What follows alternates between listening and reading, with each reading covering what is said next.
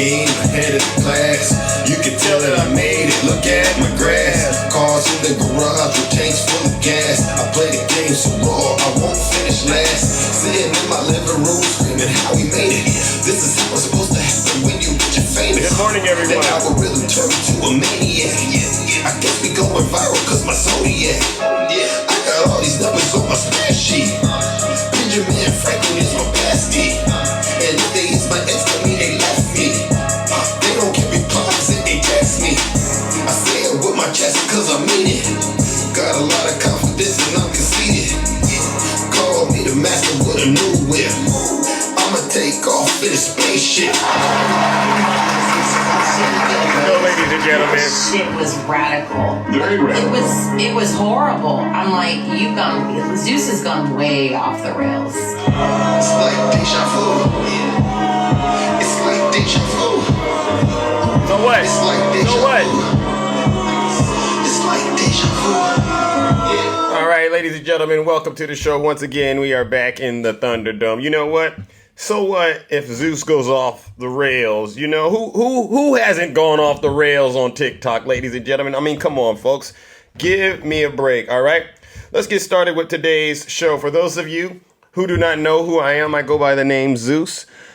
Right there, or as some say, Triple H, and you know exactly why they call me Triple H, ladies and gentlemen. The first H is because I'm honest, the second H is because I'm humble, and then the last and the final H, ladies and gentlemen, is because you guessed it, I am, and will always remain the most handsome. Hopefully, many of you know what we do over here on this side of TikTok, okay, on this side of town. What we do is very, very special. We are continuing the journey of holding our friends on the right, especially their cult leader, Donald J. Trump, accountable for all of their dirty, disgusting, filthy deeds. All right. And believe you me, there's not a day that passes by where I don't see, you know, I check on the news and I see what's going on. And it's a never ending supply of just terrible things that Donald Trump and his supporters are trying to do to this country. Ladies and gentlemen, so the effort here is to make sure millions of people all across this country do the right thing and vote these knuckleheads out of office. All right, I'm serious. These folks are the greatest threat to our democracy today, to be quite honest. And so along those lines, I'm going to give you Trump supporters a heads up. You know, because I don't like to just surprise people and go, boom, gotcha. Okay, so I'm going to give you Trump supporters the opportunity of a lifetime. Good morning, April. Good morning, attacking. If you're a Trump supporter and, you know, you are, as my good friend Brother Swervin likes to say, you're lactose intolerant. That means you're allergic to facts. You like to be coddled on TikTok. You like people to lie to you and make you feel like everything is going to be okay when Donald Trump gets back into office. You think, if you're one of those people that think the gas prices are going to go, right? They're going to go poosh. Hold on, my mic is acting up. Okay. If you're one of these that thinks with Donald to the White House again, the gas prices are going to plummet like they did when he was in office and there was the pandemic. You think they're going to do that again? You think the bread prices, you think the toilet papers, all of that's going to get right back to where it was during the pandemic? I got some bad news for you. It's not going to happen, MAGA. All right. It's not going to happen. All right. So leave this live and go on about your miserable morning. All right. Before it gets real nasty in here. All right. Because it will get real nasty. All right. But get this. You don't got to take my word for it. Listen to your leader. If you're not happy here, then you can leave. As far as I'm concerned, if you hate our country, if you're not happy here, you can leave. If you're not happy in the U.S., if you're complaining all the time, very simply, you can leave. You can leave right now. Come back if you want. Don't come back. It's okay too. But if you're not happy, you can leave. That's right. That's right. If you're not happy in the United States of America, leave. All right, ladies and gentlemen, we got a bit of a packed show today. So let's just get straight into it. All right. I want to pick up on where we are in terms of the world of politics. All right. So yesterday, many of you know our the vice president of the United States, Kamala Harris. She delivered what I want to say was a high level of truth to the voters in the wonderful state of Nevada in Las Vegas yesterday. And I said, you know what? I tend to not give Kamala Harris airtime on my show. But you know what? When you say the truth the way Miss Kamala Harris said, I said, you know what? We got to have this out in the open so the American people understand what's really at stake. In the event Donald Trump and the MAGA Republicans somehow sneak back into the White House, which I don't think. And by the way, Mara, thank you so much for the subscription. So let's listen to what the Vice President of the United States of America, Vice President Kamala Harris, had to say yesterday to the American people. All right, and this is her reminding everyone what's really at stake in the event Donald Trump ends up in the White House. All right, listen up. And in this election, there can be no doubt who you can count on to fight for you when it counts. Just look at, for example, the issue of health care and affordable health care. When he was in the White House, Donald Trump, let's not forget, tried more than 60 times to end the Affordable Care Act and tried to take health care from millions of Americans with pre-existing conditions. Remember those days? I am President Trump's legal voice. Oh my God, we got a commercial. Hold on 1 second. It's commercial. Hold on. Let's get back to it, Miss Vice President. President Joe Biden and I, on the other hand, have defended the Affordable Care Act and made it stronger. In fact, today, more AA and NHPI Americans are insured than ever before in our history. Donald Trump said he was going to stand up to Big Pharma and lower the cost of prescription drugs. Did he? Instead, he bowed down. Wow. On the other hand, we took on Big Pharma. And with the knowledge that, for example, South Asians are twice as likely to have diabetes, we capped the cost of insulin for seniors at $35 a month. We are finally making it so that medical debt cannot be used against your credit score. Knowing how many of our relatives have had a medical emergency, speak on something it. They did not invite or plan, speak on it. Racking up then 10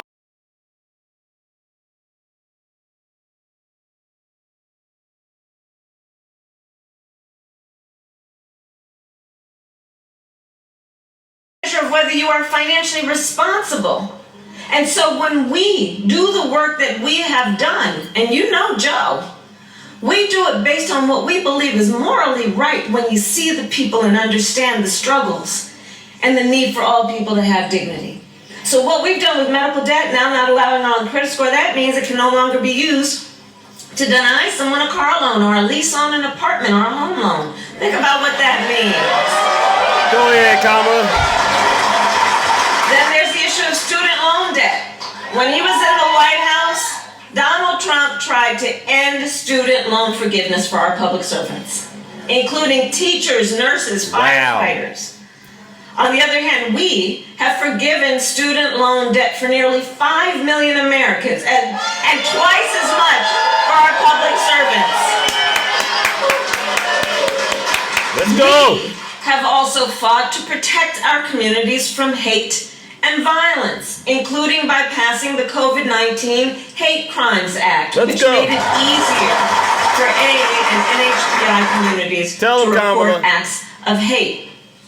On the other hand, the former president consistently incites hate, including toward the AA NHPI community. I will not repeat his words. I will not repeat his words because they should never be repeated.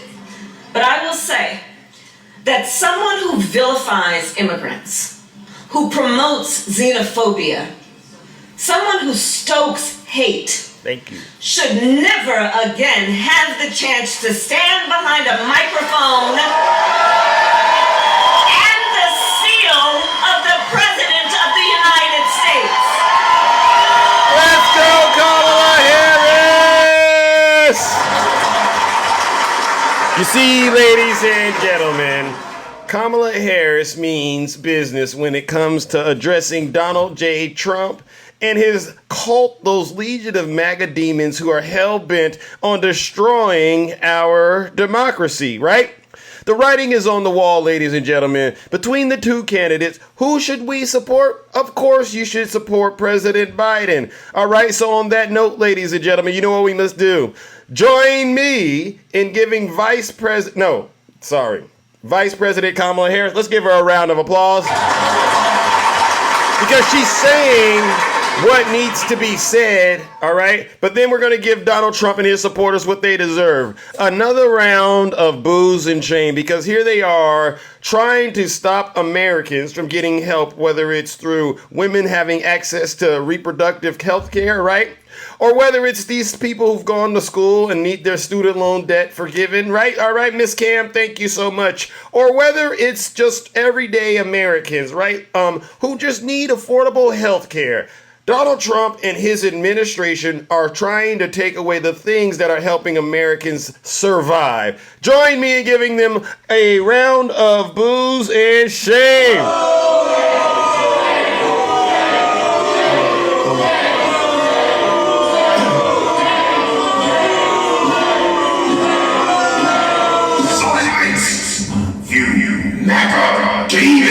All right, how many of you, I guess, saw President Biden yesterday? He gave a blistering speech in front of NATO.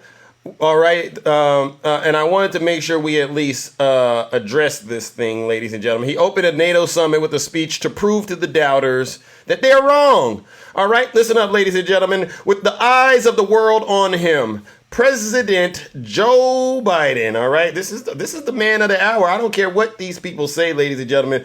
President Joe Biden delivered a forceful speech to open the NATO summit in Washington, aiming to reverse doubts about his fitness for the job domestically, while boasting that his leadership revitalized the storied alliance and saved Ukraine.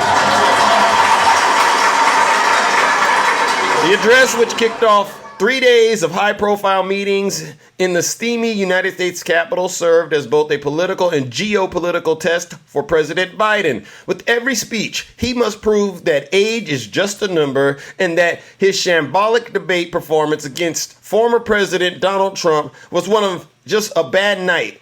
And with every appearance at the NATO summit this week, Biden must demonstrate that he can still rally allies to Ukraine's cause for the long haul. Quote, Ukraine can and will stop Putin. That's what Biden said.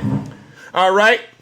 The president did not fumble over words, as he often does during remarks. He was clear and forceful, appearing energized by the transatlanticism that he has embraced throughout his political career. The speech was more than atmospherics. Biden used the occasion to announce the delivery of new air defenses for Ukraine, one of Kyiv's top requests for the summit. The U.S. and 4 NATO allies, the Netherlands, Germany, Italy, Romania, will this year send 4 Patriot air defense systems and related components, as well as SAMP-T systems.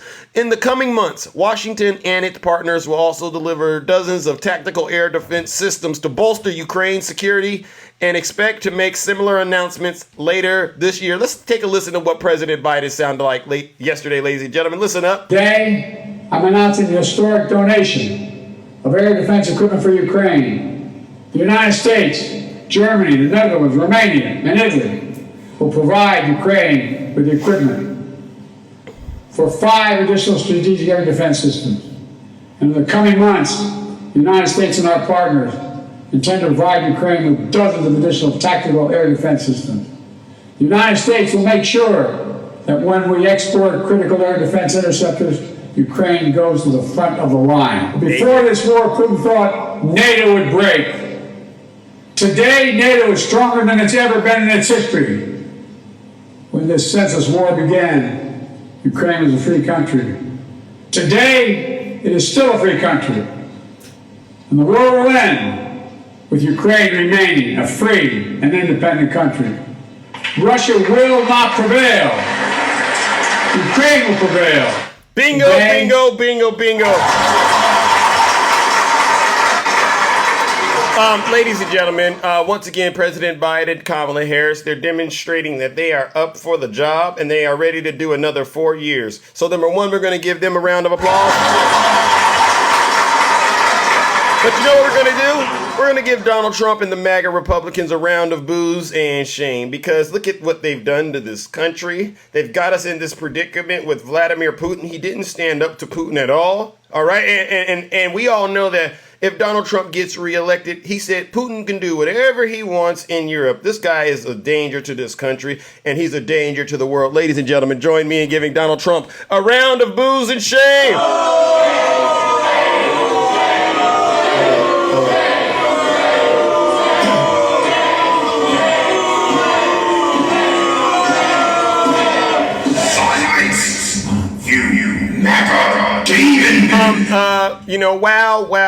This morning, Mika was left staggered as she ran clips comparing dueling Tuesday events between President Joe Biden and the former President Donald Trump.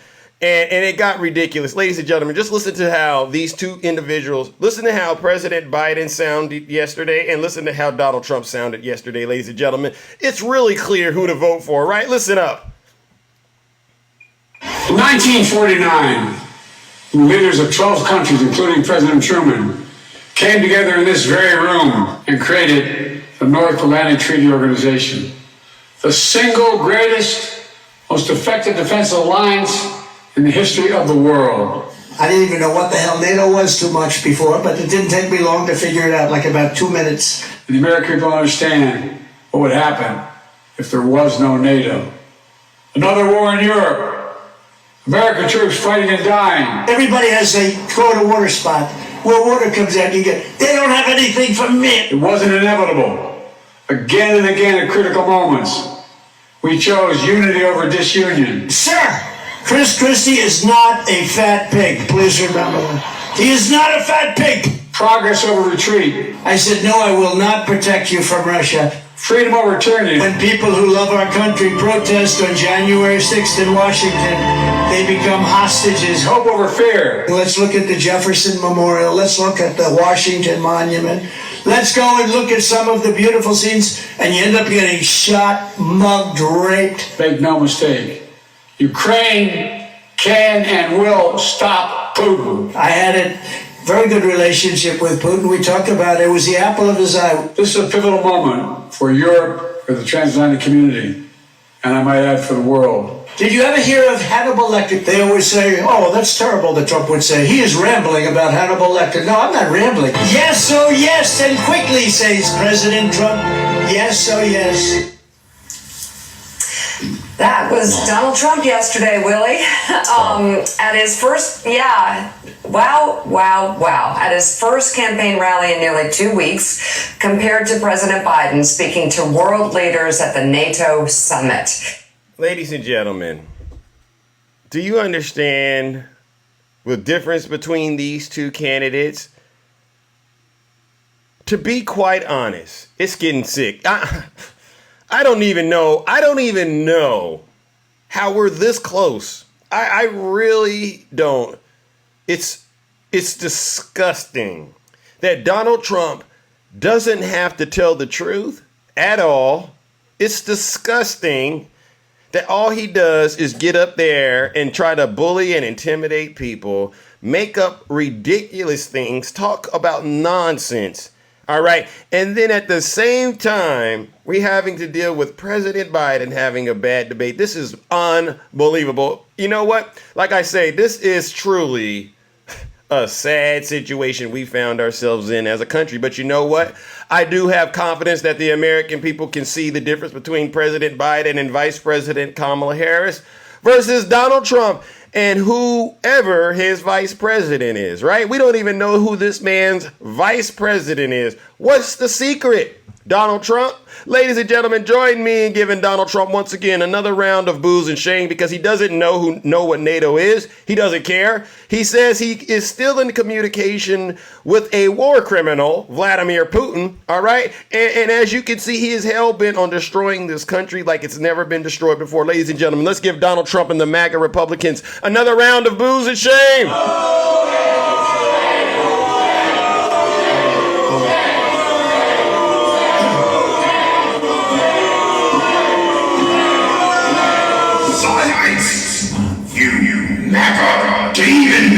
All right, let's move it along, ladies and gentlemen. All right, let's see. Let me see. What do I want to talk about next? Okay, I think I know what I want to talk about next. Yes, ladies and gentlemen. How many of you know who this knucklehead is? Thank you, Miss Boss Diva. How many of you know who this knucklehead is, ladies and gentlemen? Yes, ladies and gentlemen. This is, who is this knucklehead? Clarence Thomas, ladies and gentlemen. And boy, oh boy. We kind of got ourselves in a pickle with Mr. Clarence Thomas, ladies and gentlemen.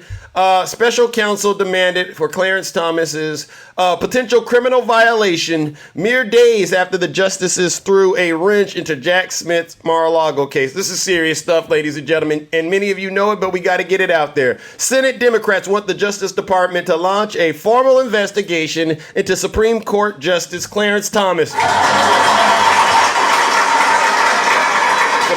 It's about doggone time, if you ask me. Seriously, right? It's about doggone time. All right, in a letter dated July 3rd and released yesterday, all right, Sheldon Whitehouse and Oregon Senator Ron Wyden asked Attorney General Merrick Garland to appoint a special counsel over a series of financial ethics standards that has dogged Thomas for years. Since 2004, public reporting has documented that Thomas was the top recipient of gifts among his colleagues on the nation's highest bench. For years thereafter, Thomas stopped disclosing such gifts. So he started making a bunch of money, ladies and gentlemen. He started getting all these gifts. And then you know what, this guy did? He said, you know what? I didn't hit the jackpot. We don't need to report this. I have figured out a loophole because, they convinced themselves that it's legal, right? I figured out a loophole in the law. I've been reporting what I've got and they never even look at those reports. Why am I even wasting my time reporting it, right? I could imagine how Clarence Thomas got here, all right? Because there was no one looking at him do it. And after a while, it was just like, you know what? I'm a criminal on the bench, right? For years thereafter, he stopped disclosing such gifts in 2011. Thomas' practice of serially failing to disclose such gifts, along with his wife's income, was reported on and prompted the justice to amend several years of disclosure reports. Then in 2003, reports about Thomas' failed gifts disclosures, they cropped up again. Could you imagine? Hey, buddy. Hey, buddy, are you going to report those at some point? Oh, no. I'm the Supreme Court. I'm the first brother on the Supreme Court. I can do what I want to do. You thought you've seen crime before. I'm going to show them what a real criminal on the Supreme Court is like. This is how Clarence Thomas thinks. All right. In their letter and attached exhibits, Whitehouse and Wyden documented a series of likely undisclosed gifts dating back to 2003, but the senator says there may be more to find. Could you imagine, ladies and gentlemen, how many he didn't report? The scale of the potential ethics violation by Justice Thomas and the willful pattern of disregard for ethics laws exceeds the conduct of other government officials investigated by the DOJ. For similar violations, the letter reads, the breadth of this omission uncovered to date and serious possibility of, guess what? Additional tax fraud. You knew there was some tax fraud in this, right? And false statements, violations by the Justice Thomas and his associates warrant the appointment of a special counsel to investigate the misconduct. Ladies and gentlemen, could you put a 1 in the chat if you think a special counsel should be appointed? Put a 1 in the chat, please. If you think the special counsel should be appointed to investigate Clarence Thomas, I would just love to see. I want to know what the temperature is. I see all these 1s. Look at this, ladies and gentlemen. You see all these 1s in the chat? MAGA, See, we spread the love, we don't just give love to Donald Trump. We'll give love to anybody. Look at all these people in the chat, ladies and gentlemen. We got about 500 or so people in here and almost 100 ones. I think if we let it keep going, it'll get all the way up to 500. You see, ladies and gentlemen, the American people, we do believe in law and order, all right? And this is serious, ladies and gentlemen. So the senator says that Thomas' potential misconduct is far in excess of past instances of misconduct that have drawn scrutiny from law enforcement. Several examples are cited in the letter, which senators argue make the appointment of a special counsel justified. Quote, no government official should be above the law. The letter concludes, Supreme Court justices are properly expected to obey laws designed to prevent conflicts of interest and the appearance of impropriety and to comply with federal tax code. We, therefore, request that you appoint special counsel, and I hope they give him Jack Smith. Please let Jack Smith do it. I know he can't do it, but wouldn't we love someone like Jack Smith to do it? Get another one of those people who've been prosecuting war crimes to get this knucklehead, all right? And authorize them to investigate potential crimes, violations by Justice Thomas under the disclosure, false statement, and tax laws. Pursue leads. All right, this is my favorite part. Don't just stop with him. Pursue those leads of related criminal violation by the donors, lenders, and immediate corporate entities, and determine whether any such loans and gifts were provided pursuant to the coordinated enterprise plan. This is a serious thing, ladies and gentlemen. We have a compromise, a totally conflicted judge sitting on the Supreme Court committing crimes. And look at that, he's black. Unbelievable, unbelievable. What a disgrace to this nation. Ladies and gentlemen, it's with great pleasure that I ask you to join me in giving Clarence the criminal, all right, the seditionist, treasonous traitor. And I call him that because we know what his wife was doing on January 6th. And we know he was a part of it because we know him. You don't just steal money at this point. You do the whole thing. You take the whole enchilada. Join me in giving him and his wife what they deserve. A round of booze and shame.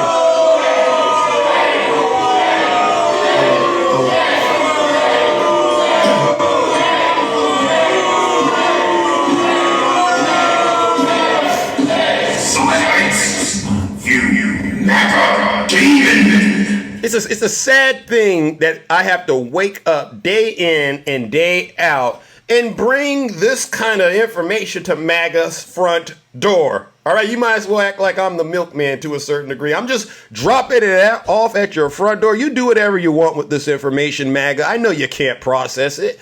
I see I got some people in the audience triggered right now. Maybe you didn't hear me at the top of the show. If you're not happy here, then you can leave. As far as I'm concerned, if you hate our country, if you're not happy here, you can leave. If you're not happy in the U.S., if you're complaining all the time, very simply, you can leave. You can leave right now. Come back if you want. Don't come back. It's okay too. But if you're not happy, you can leave. Bingo, bingo, bingo. So Don Jr. is warning his followers what might happen, all right, if his father chooses Marco Little Hands Rubio, all right? And this is wild. The eldest son of former President Donald Trump was asked on his podcast, Triggered by Veep Steaks, and who he thought would be his father's choice for a running mate. This part of the discussion, which starts somewhere in the video, he said he doesn't have inside information and has been pushing for Senator J.D. Vance, but he went on into the upsides and downsides of other names that have been floating, including Ben Carson, Doug Burgum, and Marco Rubio. Let's listen to what the prolific, prophetic Don Jr. had to say. All right, listen to what Don Jr. had to say. Hold on. Oh my goodness, hold on. We got to get this thing going. Oh, here we go. Guarantees another impeachment. It has to be Vance or Vivek. I mean, listen, there is, and again, I have a good relationship with Marco, but there is some truth about, like, having someone that's a little bit more establishment in there, it's like, wouldn't, like, the Senate rhinos, like, wouldn't they love that? Like, I joked, I said that about Nikki Haley. I was like, it gets her, like, by the time my father's hand moves off the Bible in the swearing-in process on, what's the date? Is it January 20th? 12 p.m., January 20th. The second it goes off, it would be like, impeachment, and gone. Like, that's how fast it would be. And so there is something about having someone from outside of the establishment to sort of further protect you from that. So, you see Don Jr. already crying. These people are the worst losers I have ever seen. Paranoid, out of their mind. So, what Don Jr. is saying, ladies and gentlemen, is let's just play. It made me laugh because I said, you know what? Losing on top of losing. Hypothetically, let's go ahead and imagine Donald Trump somehow wins the election. Don Jr.'s fear, what's keeping him up late at night, is who the vice president is. And if the vice president is of establishment, right, a certified rhino, what's going to happen is his dad's going to get sworn in, right? I promise to faithfully uphold the United States Constitution, lying, right? And then as soon as he gets done getting sworn in, the same person that was there, the vice president, is going to say, now let's proceed with impeaching Donald Trump, because after all, look at all these convictions. These convictions basically prove that he committed high crimes and misdemeanors. High crimes equal felonies, right?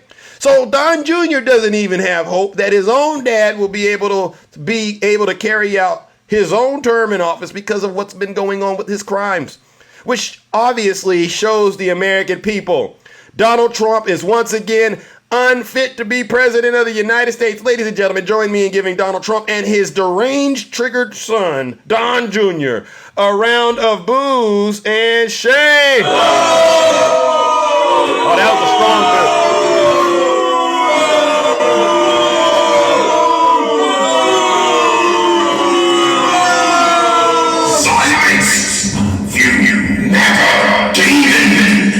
All right.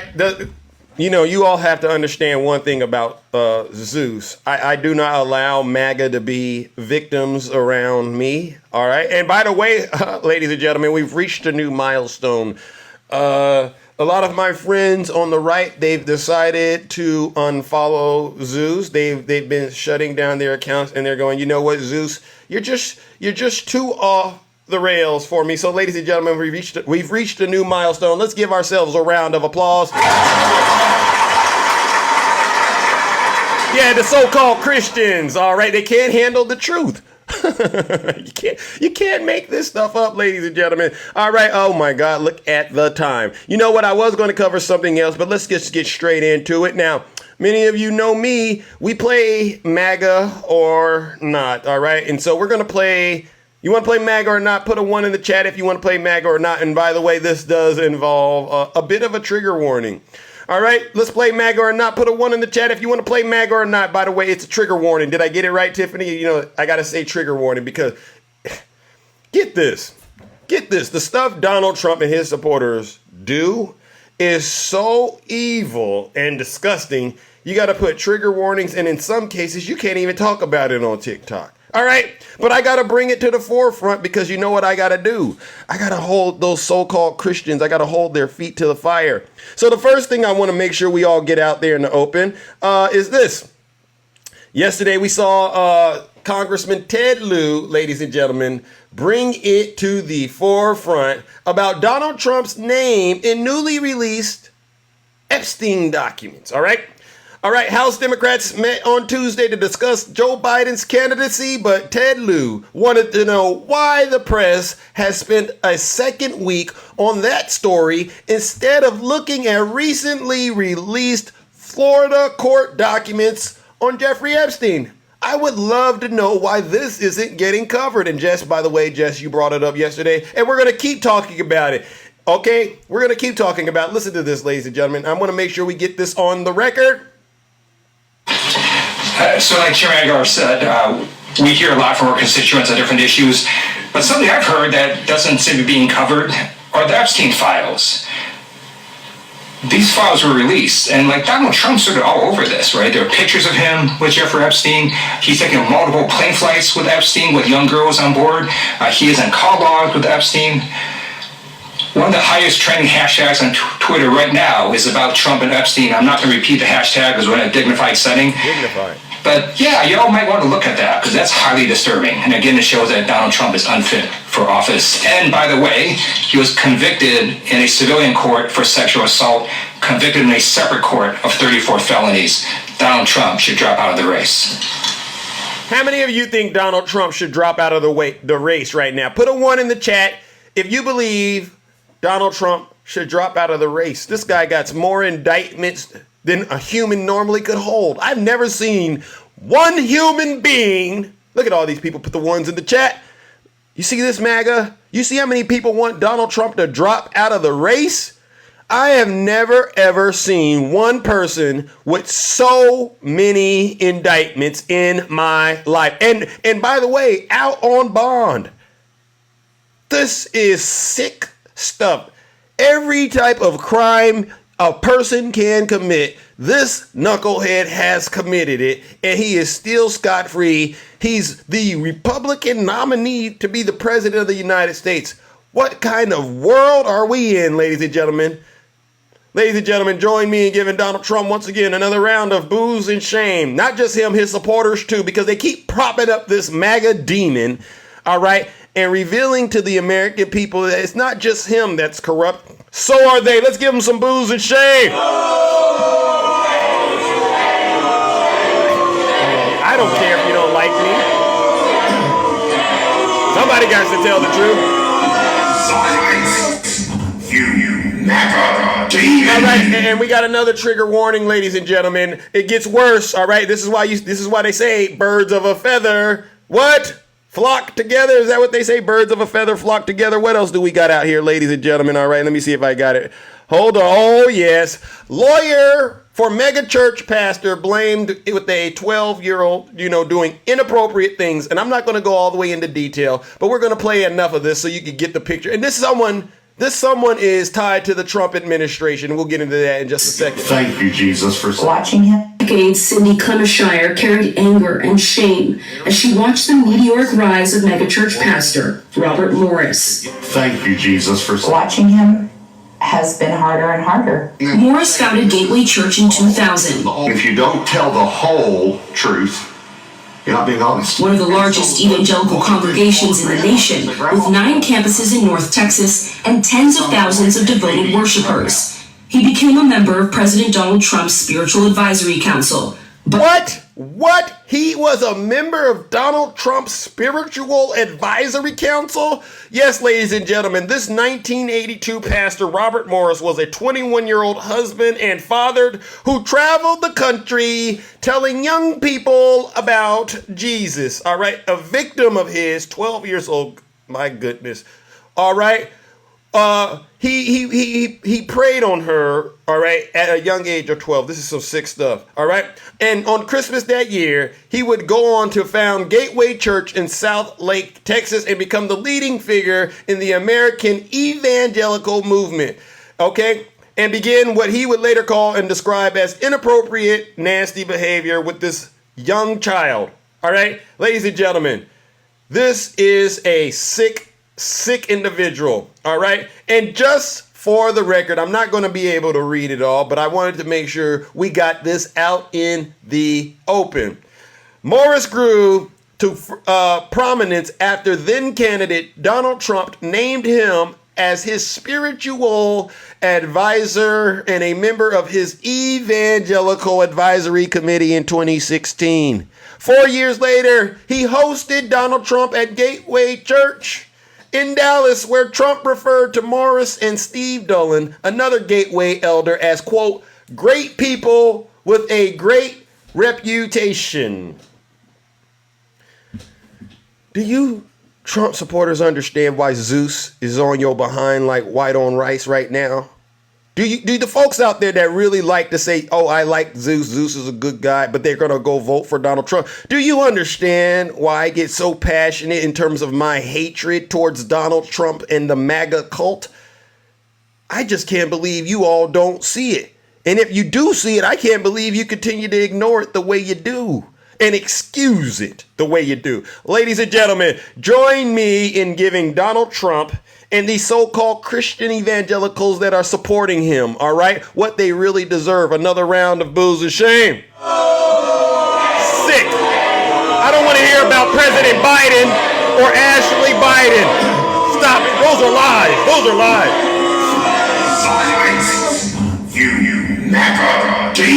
And I got one last thing to bring up in terms of this whole Epstein thing, ladies and gentlemen. You wouldn't believe it, right?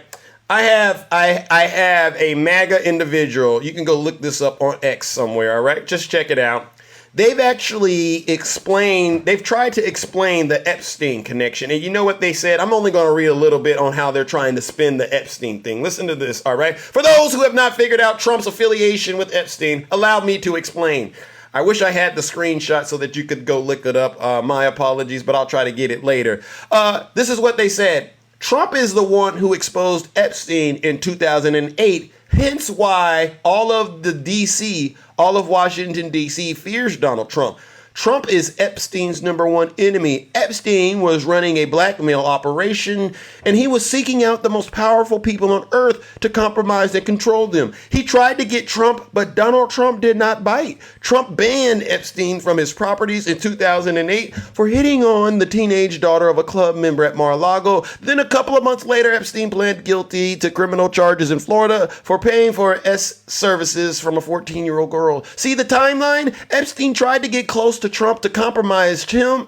Trump found out what Epstein was a sicko, and then Trump turned him into the local police. But eventually, the Clinton-controlled FBI intervened, and Epstein was let off the hook. Quote, "The deep state have been coming after Trump ever since. Why? Because if Epstein is exposed, then all of D.C. goes down due to the blackmail Epstein posed on the top lawyers in D.C. Hence why Clinton barged into Vanity Fair and threatened them not to write stories about Epstein. The Clintons told mainstream media to bury the stories."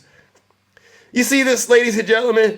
So now they want me to believe that all those videos of Epstein and Donald Trump dancing together, you've seen the videos all over social media, that was the deep state trying to set Donald Trump up.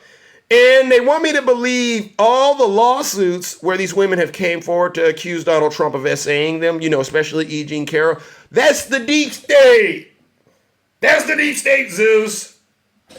They want me to believe that his remarks about his daughter, Ivanka, right?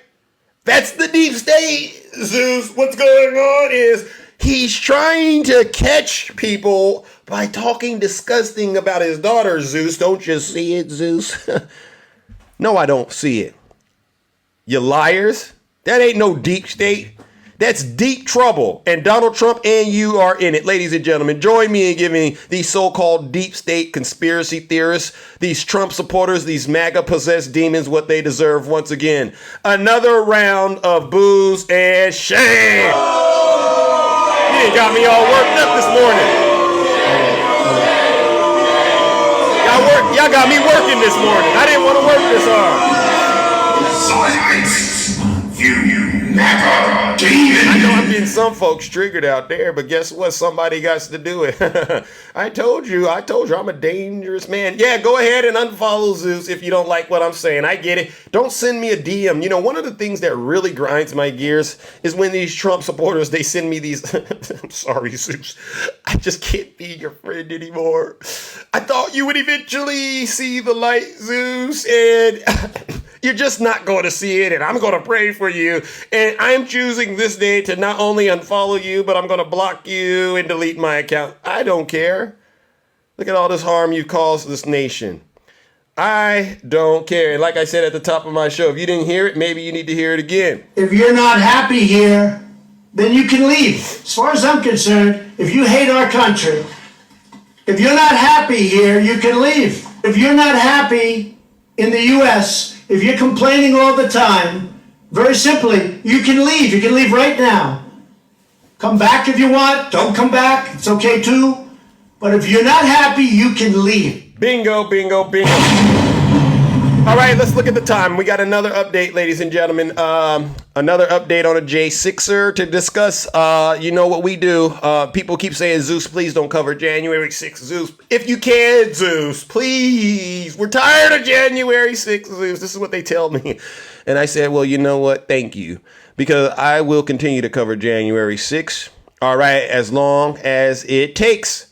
So what I'm going to do is help a lot of you Trump supporters understand why Donald Trump played you all like a fiddle on January 6th. All right. As you can see, this is one of several graphs that are available that you can go look at. This one actually is tied to the unemployment rate. Ladies and gentlemen, Donald Trump knew during the 2020 election that he was going to lose. All right. So what did he decide to do? What did Donald Trump decide to do, ladies and gentlemen, when he realized that he was going to lose the election? Look at the unemployment rate. As you can see, that's not a sign someone's going to get reelected. That's a sign someone's going to lose. Well, he decided to engage in some criminal schemes. All right, MAGA. Can you say schemes, MAGA? Can you say schemes? I'll give you an example of one scheme Donald Trump engaged in. All right, here's a good example of one. Here's the first one. You know, after the results of the election came out, instead of conceding to President Biden, you know what this knucklehead did, ladies and gentlemen? I'll tell you what he did. He came out and lied to his supporters. We had such a big night. You just take a look at all of these states that we've won tonight, and then you take a look at the kind of margins that we've won them by. And all of a sudden, it's not like we're up 12 votes and we have 60% left. We won states, and all of a sudden, I said, what happened to the election? It's off. And we have all these announcers saying, what happened? And then they said, oh, because you know what happened? They knew they couldn't win. So they said, let's go to court. And did I predict this, Newt? Did I say this? I've been saying this from the day I heard they were going to send out tens of millions of ballots. I said exactly, because either they were going to win, or if they didn't win, they'll take us to court. So Florida was a tremendous victory. He's not conceding. You know what he's doing? He's gaslighting his base into believing the election was stolen. And I got some knuckleheads in my chat right now demanding I get over January 6th. No, I will never get over January 6th until every single one of you traitors are brought to justice, including your cult leader. So until he sees the inside of a jail cell, I can't even begin to think about getting over January 6th. And if you don't like it, you can leave. Donald Trump did another trick on his supporters, these weak-minded individuals. He actually tricked them into believing that the election, he won the election. Listen to what he says to his weak-minded individuals. 76,000 votes with almost nothing left. And all of a sudden everything just stopped. This is a fraud on the American public. This is an embarrassment to our country.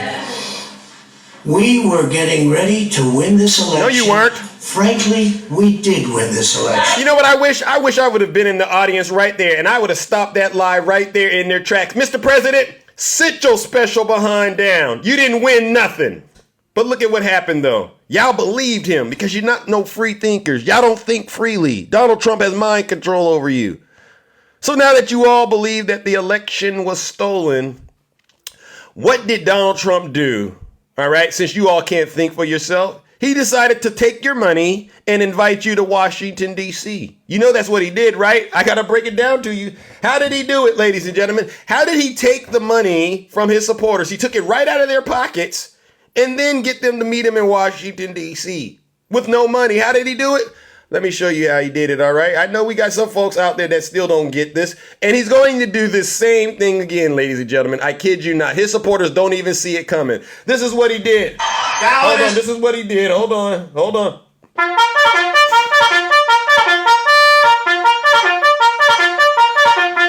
Attention, all Trump supporters. I lost to President Biden, but I really didn't. I won. So what I need you to do is send me the money that you got in your bank account. Empty out those 401ks. Send the money to me, and then I need you to meet me in Washington, D.C. at an event that I am hosting called Stop the Steal. It's going to be a big protest. All right? Be there. We'll be wild. And you know what you Trump supporters thought to yourselves? You said, wow, an opportunity to be wet and wild with our dad? How could I pass up on it, right? I saw you doing it. I seen you doing it. And then you went around here and you started repeating the lie too. He really won. It was stolen. It was stolen. And so now that you've all been invited to Washington, D.C., what happens next? Well, I'll tell you this. This is a story right now that still gives me goosebumps that I have to tell it, ladies and gentlemen. You decided to come up with a way to make it to Washington, D.C. How did they decide to get to Washington, D.C.? You see it right here, ladies and gentlemen.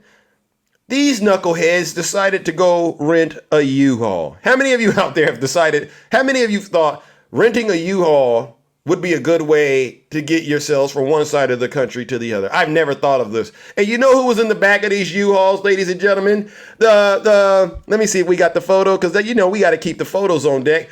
Look at this. The Patriot Front. They got 2 U-Hauls, right? How many U-Hauls can we get, sir? You can get 2. We can get 2. That's $40. Wow, $40 a day. Is it bad? Hey, guys, we got them. Go ahead and cram in the back of these things. This is the Patriot Front right here. You can see them, ladies and gentlemen. This is the Patriot Front right here. The Proud Boys, the Boogaloo Boys, the Oath Keepers. You know who these folks are. The white nationalists, if you want to call them that. All right, let me see if we got them up close, ladies and gentlemen. And as you can see, they were wearing a mask. Isn't it funny how we always catch you wearing these masks? These are the same people during the pandemic, by the way, that lied and said they couldn't breathe. Put on an N95 mask. All right, there's a pandemic around here. We don't need you coughing and spreading your germ. No, I can't do it. I can't breathe. They crash out in the produce section, but have no problem putting a mask on when it's time to be a criminal and it's time to be racist. You see how we catch you Trump supporters in your lies? Someone said January 6th was a walk in the park and it's going to be worse next time. No, it's going to be worse next time, but not the way you think it. But let's get to what happened when the folks who did make it to the United States Capitol made it there. Let's get to what was going on when those folks made it, ladies and gentlemen. So if you can, bear with me. When they got to Washington, D.C., ladies and gentlemen, they received some updates from one of their lieutenants. You know who this is? This is Three Toes, Marjorie Taylor Greene. But you know what? You might not recognize her in that dress, but you might recognize her in this sweater and pants and that briefcase, who many of us, we believe this may have been the pipe bomber, and she looks and acts like them. So what happened when they ran into Marjorie Taylor Greene, ladies and gentlemen? Well, listen up. You know what happened. She gave them some orders. If we flood the Capitol building, flood all the government buildings, go inside. These are public buildings. We own them. We own these buildings. Do you understand that? We own the buildings and we pay all the people that work in the building. You hear that? She said, go in the buildings. You know, I thought it was Nancy Pelosi or Nikki Haley that told y'all to go in the buildings, but it wasn't them. You mean it was Marjorie Taylor Greene that got you guys amped and ready to launch an assault against the United States Capitol? Let that sink in. But you can't do it.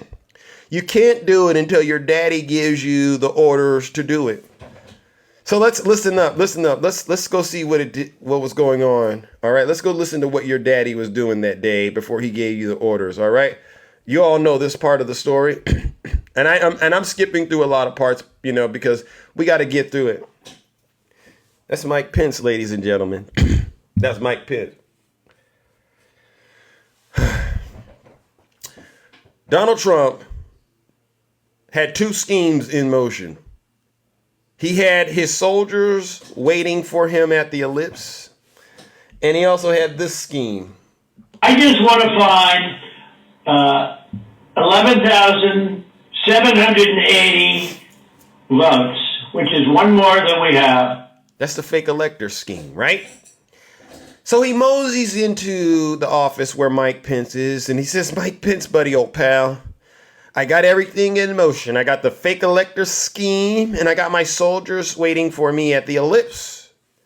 You better do what we asked you to do, all right?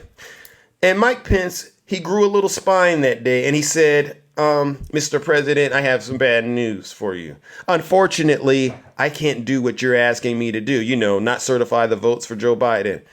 All right? Because in order for me to do that, that would require me to place you above the United States Constitution, a document that our founding fathers and our framers fought and bled for, a document to this day Americans continue to fight and bleed for, Mr. President. And frankly, I don't believe anyone asking me to do such a thing is fit to be president of the United States. You could go read this in the indictment if you want to. Donald Trump leans into Mike Pence, breath smelling like Big Macs and Diet Coke, and he says, you know what your problem is, Pence? You know, he spit on his face a little bit probably. You're a little too honest. And he called him the nasty P word. The same P word you Christians heard him using in the Access Hollywood tape right before you went and voted for him. Let that sink in. I'll take care of it myself. Security, take me to the Ellipse to meet up with my troops. Secret Service says, sir, those people are armed to the T. They got military-grade equipment. They got tactical gear. They got medical whips and chains and things that'll stun ya. Pew-pews. And as a matter of fact, Mr. President, we've seen reports that they've actually brought this thing right here to unalive your vice president. Donald Trump says, what? Yeah, they got this thing called demon spray. He said, demon spray? What's demon spray? Oh, it's a little pepper spray, a little bear spray, a little bee spray, a little wasp spray with a little orange dye. You say a little prayer over it, and then next thing you know, you spray somebody with it, and they get possessed with the MAGA demon. He goes, they got that? Yes, Mr. President, they got that. And they're going to try to harm my vice president? Yeah. I don't care. Take me to the Ellipse to meet up with my soldiers. They're not trying to harm me. And they thought it over and they said, well, you know what? You're right. They aren't trying to harm you. After all, you're the one leading them. Good point. All right, we'll take you to the Ellipse to meet up with your troops. So we all remember this day, ladies and gentlemen, where Donald Trump met up with his troops right at the Ellipse. We remember this day. This photo right here, you see what he's wearing? Trench coat, leather gloves. Leather gloves, once again, at the scene of a crime. Reminds us of OJ, doesn't it? I saw this and I said, this cannot end well for the American people. I know what this man is about to do, but I didn't think he was brave enough to do it, but he did. He encouraged his soldiers to begin their attack on the United States Capitol by encouraging them to engage in heinous acts of violence. Now it is up to Congress to confront this egregious assault on our democracy. And after this, we're going to walk down, and I'll be there with you. We're going to walk down. We're going to walk down anyone you want, but I think right here we're going to walk down to the Capitol. And we're going to cheer on our brave senators and congressmen and women. And we're probably not going to be cheering so much for some of them. Because you'll never take back our country with weakness. You have to show strength and you have to be strong. You hear that, MAGA? He's literally encouraging you to go ahead and take a dagger to the throat of our democracy, right? And you got to understand what was going on in the minds of these supporters that day, right? They heard these words ringing true in their head. What words did they hear? And we fight. We fight like hell. And if you don't fight like hell, you're not going to have a country anymore. So, let's have trial by combat. And we fight. We fight like hell. And if you don't fight like hell, you're not going to have a country anymore. So, let's have trial by combat. We will never give up. We will never concede. It doesn't happen. You don't concede when there's death involved. You hear this? A bunch of criminals cheering each other on right before they go and commit heinous acts of violence against the United States government. This is some sick stuff you folks got yourselves into on January 6th. Don't mention Nancy Pelosi's name at all in my chat. Nancy Pelosi, Nikki Haley, they had nothing to do with this. The FBI or BLM Antifa, they had nothing to do with this. This is 110%, actually 1,000% Donald J. Trump's fault and his supporters. All right, and I got more. I'm never going to let it go. If you don't like it, you know what to do. Pack your bags and leave. How many of you know who this woman was? How many of you know who this woman was? This is Ashley Babbitt. Listen to what Ashley Babbitt was sounding like, ladies and gentlemen. Someone who's been fully radicalized by Donald Trump and right-wing media. Listen to how she sounds. District. Why don't you worry about your own goddamn district and the shit that's going on there? You are a complete, I'm telling you right now, I'm putting all you on notice. Every single one of you politicians in California, Gavin Newsom, Jerry Brown, Maxine Waters, Duncan Hunter, what the hell is Kamala? Where is Kamala? Talking about ISIS like KKK. We got this Mark Carrot. You know what? We have thousands of people on the other side of the border. Your people can't get to work. Our economy is going to take an absolute tank because you guys refuse to choose America over your stupid political party. What? Mom, there's an estimated over 3 million people here today. So despite what the media tells you, boots on the ground definitely say something different. There is a sea of nothing but red, white, and blue, and patriots and Trump. A sea of nothing but red, white, and blue. Patriots for Trump. This is one of Donald Trump's foot soldiers, a woman, ladies and gentlemen. And you know Donald Trump was supposed to protect the women, right? No one protects women like Donald Trump, right? That's what he said. But he sent this woman into the battlefield based on a big lie. The big lie was he won the election when he really lost. Yeah, it was stolen. And she believed every single word of it. And we all remember what happened to Ashley Babbitt, right? We all remember what happened to her, right? You all remember this infamous moment where she lost her life in the battlefield.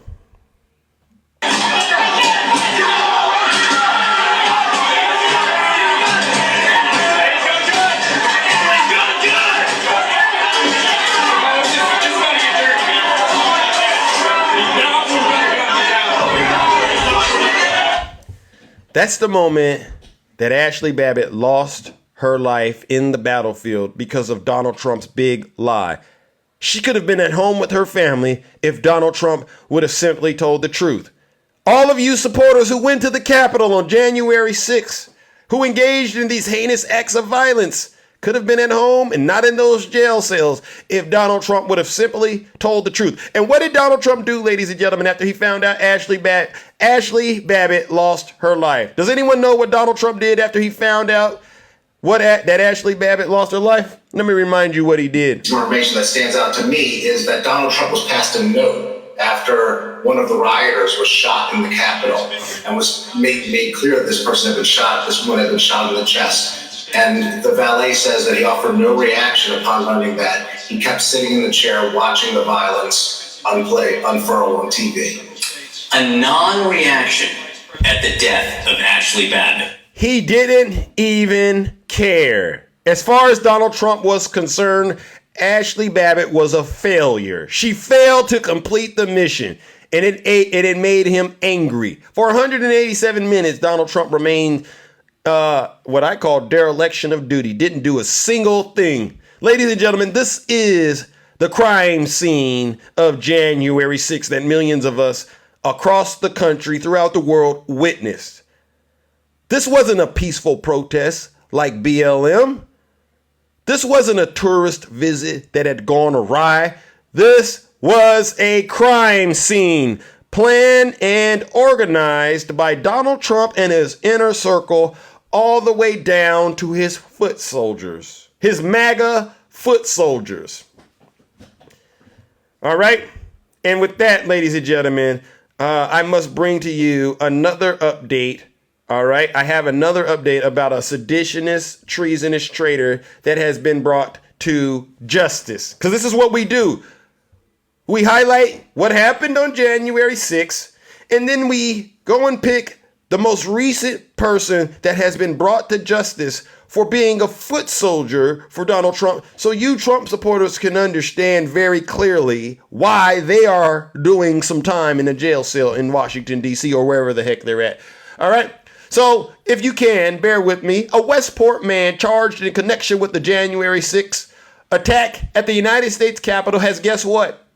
Pled guilty to his involvement. He pled guilty. Benjamin Cohen was arrested in August and charged with civil disorder and assaulting, resisting, or impeding certain officers. He was facing misdemeanor charges for entering and remaining in a restricted building or ground, disorderly and disruptive conduct in a restricted building or grounds, engaging in physical violence in a restricted building or ground, and engaging in an act of physical violence on the Capitol ground. He has pled guilty to assaulting, resisting, or impeding officers. According to new court documents, he admits that he forcibly assaulted, resisted, opposed, intimidated, impeded, and interfered with members of MPD who were assisting officers at the United States and USCP who were engaged in the performance of their official duties on the West Plaza of the Capitol. And he also admits that he did so with the intent to commit another felony, that he made physical contact.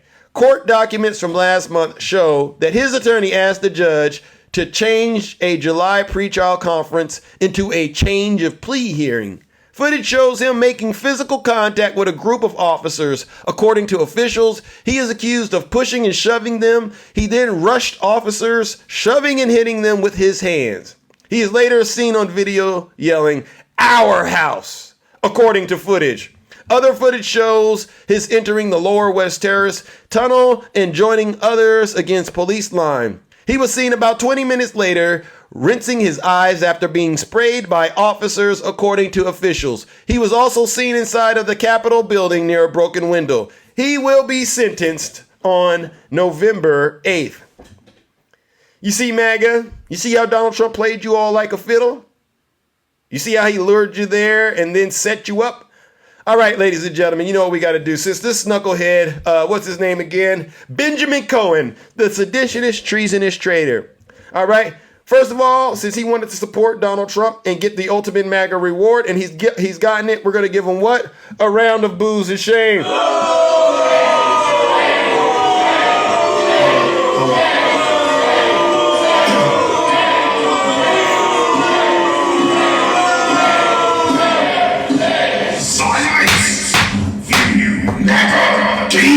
All right. And since he wanted to be a foot soldier in Donald Trump's army so bad, let's send him off the old-fashioned way.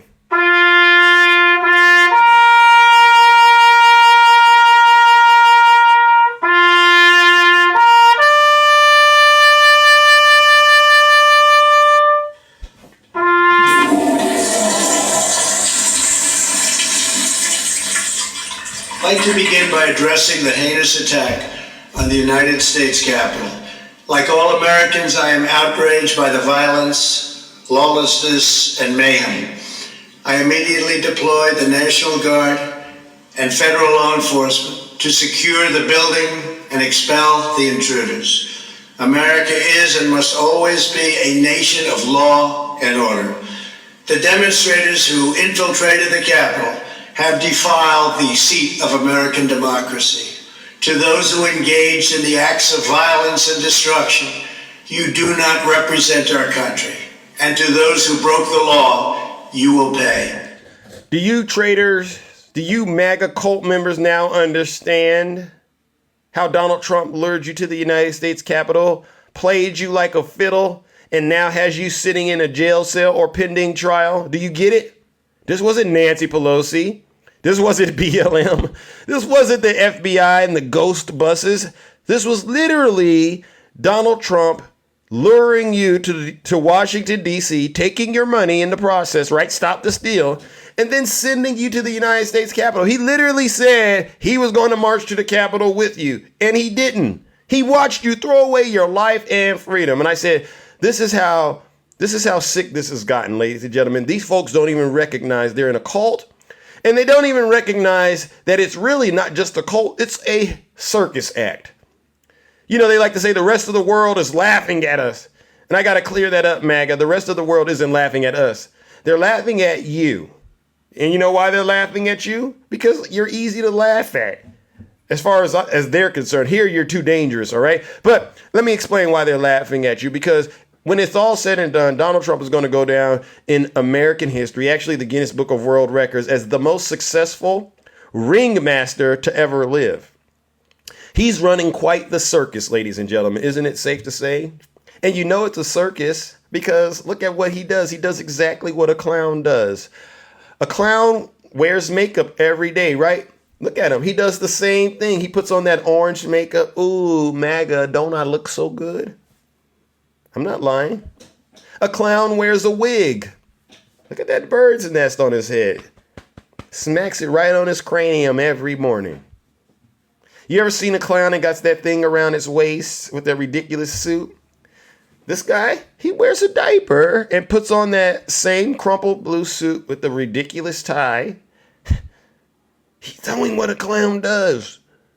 And he gets onto his social media platform every day and gives you all your daily doses of what he calls truth, but it's not truth, they're really lies. And your marching orders. And the rest of the world is going, do these people really believe him?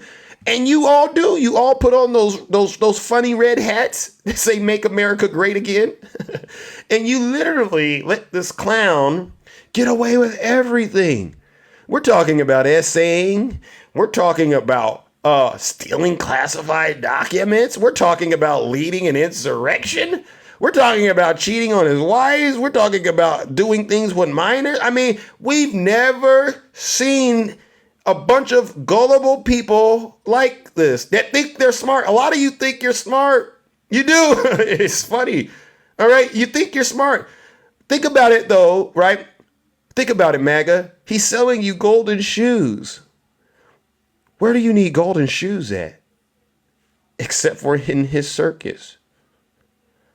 He's selling you Trump bucks. You can't cash those in anywhere. You can't redeem those anywhere. Where do you need them at? Except for in his circus. Trump water?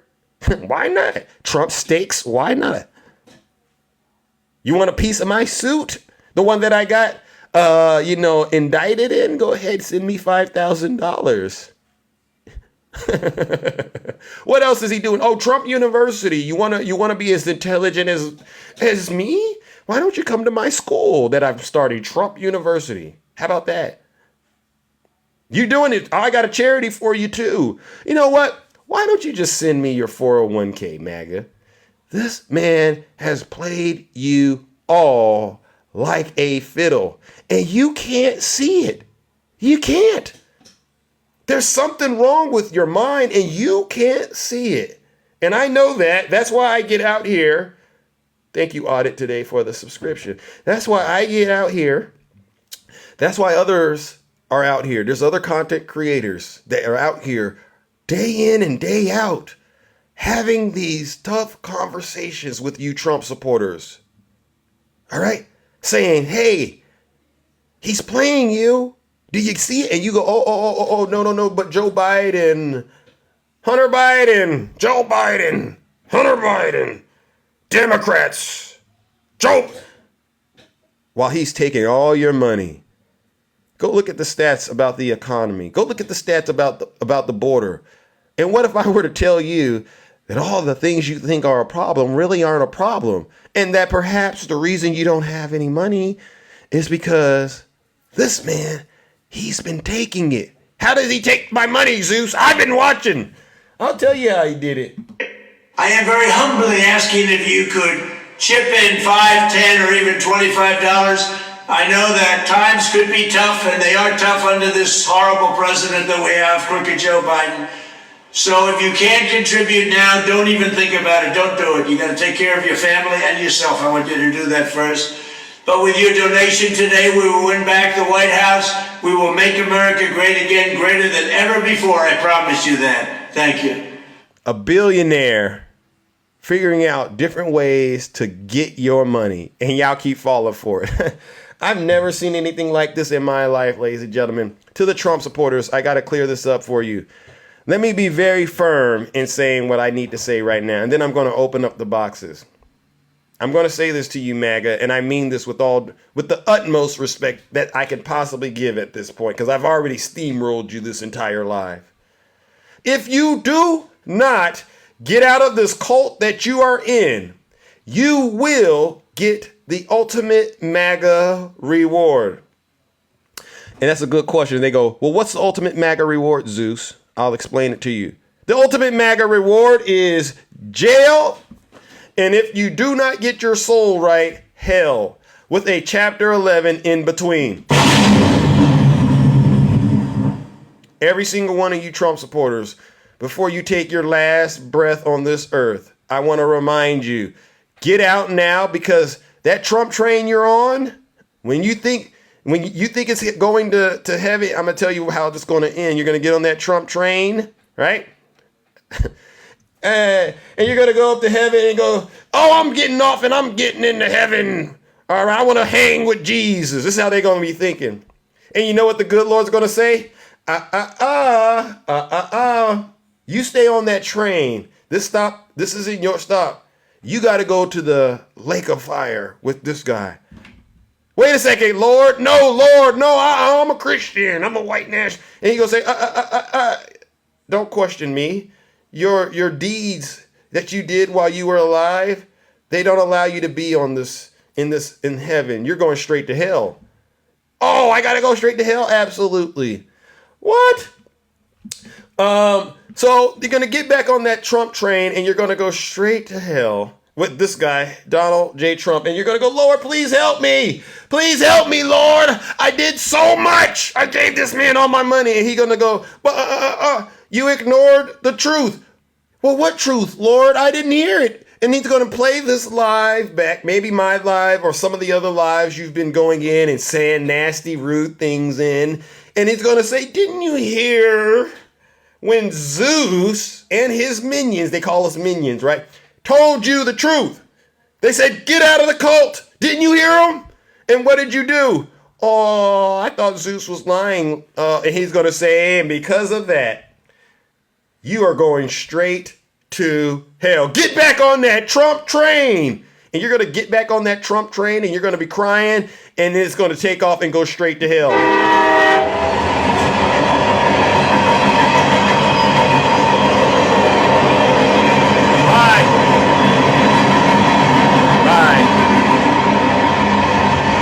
That'll be your last train ride, MAGA. That'll be your last train ride, MAGA. All right.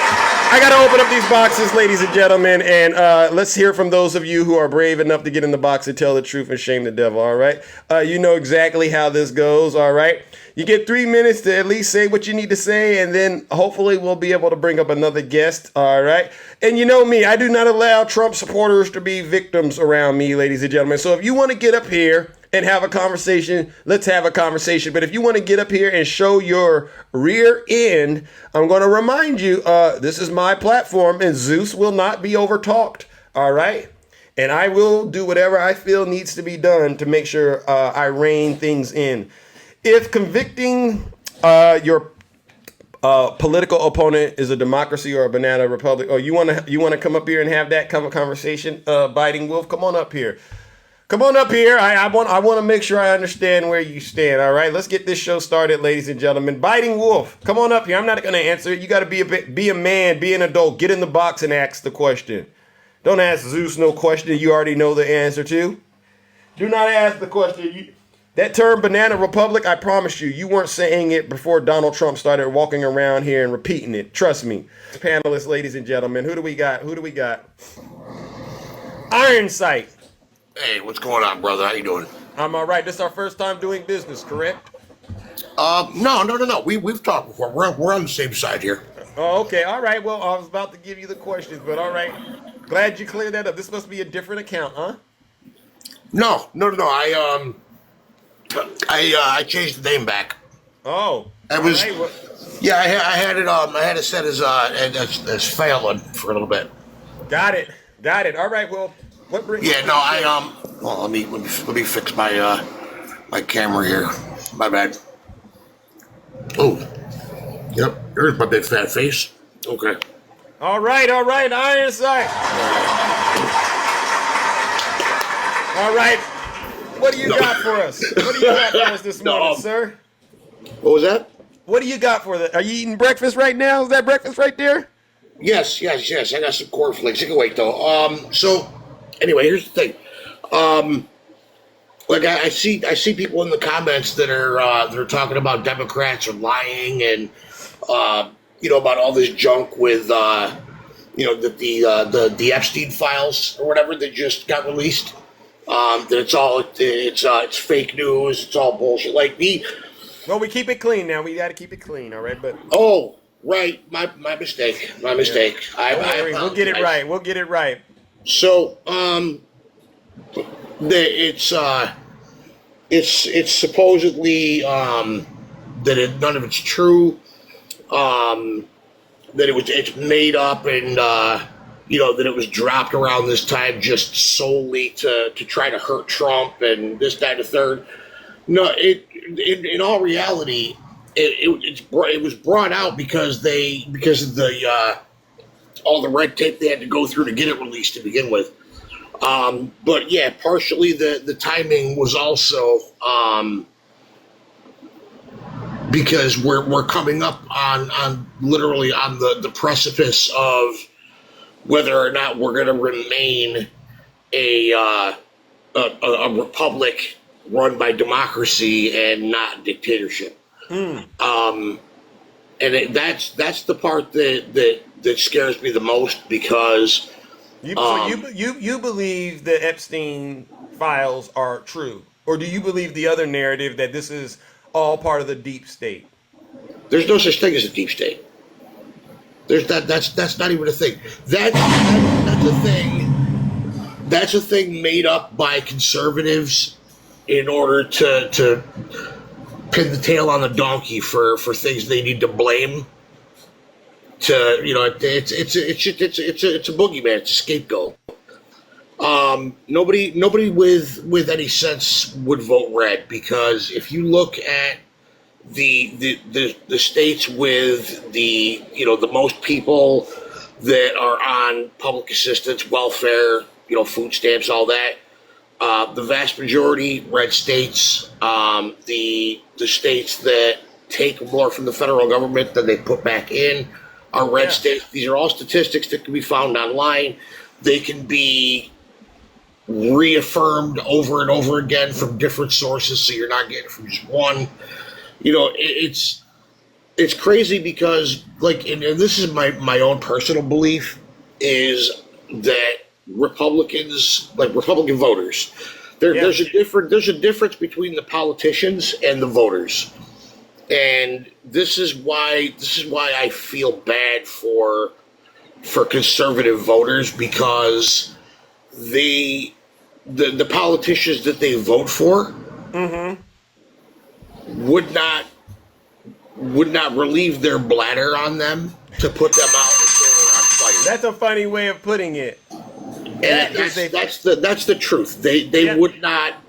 I mean, look at what happened. Just that, one. I can think of one instance right off the top of my head with Ted Cruz skipping town when Texas electrical grid failed. What was that, a few years ago? Listen up, Ironstein. I gotta move it on, my brother. All right.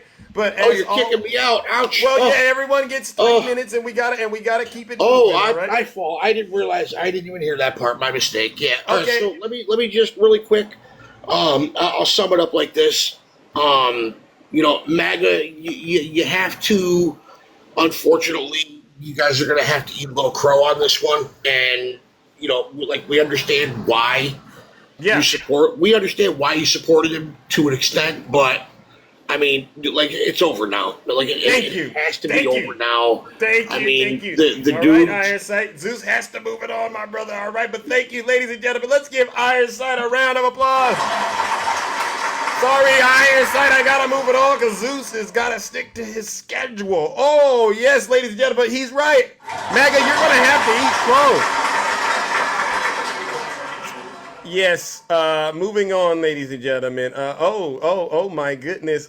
Who do we have this time? Who do we have? Legendary. I don't think I know. What I try to do is bring up people I don't normally bring up first. That way they get an opportunity. And then I try to, bring up some of the OGs. All right. These are some heavy hitters out here. Legendary, good morning. Good morning. Hey, this is our first time doing business? Doing business? Yeah, you and I, have we ever talked before? You're an idiot. That's what you are. Oh, okay.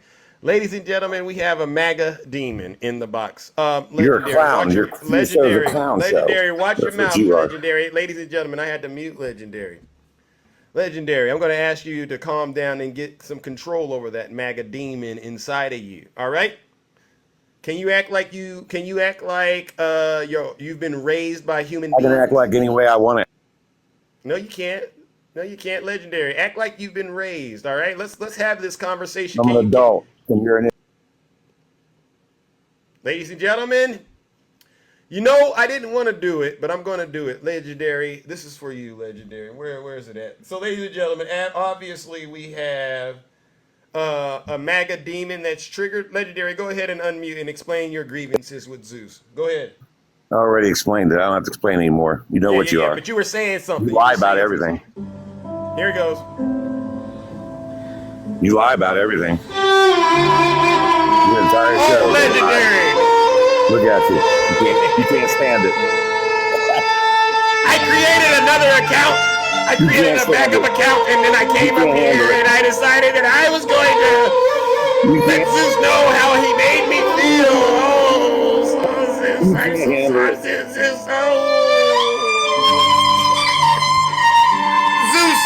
the way you covered January 6th, you hurt my feelings. You're an idiot.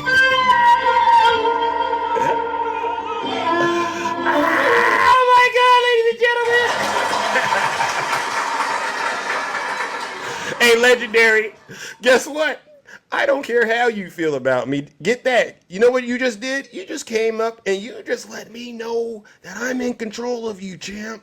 Yeah, so now you got to go back to whatever dark corner you crawled from under, whatever rock you just crawled from under, and you got to go back and tell your friends that Zeus steamrolled you this morning. I didn't want to steamroll this morning, but you made it so easy. Ladies and gentlemen, let's give Legendary what he deserves. He wanted to be legendary this morning, and we helped him get there, all right? Let's give him a round of boos and shame. Goodbye, Legendary.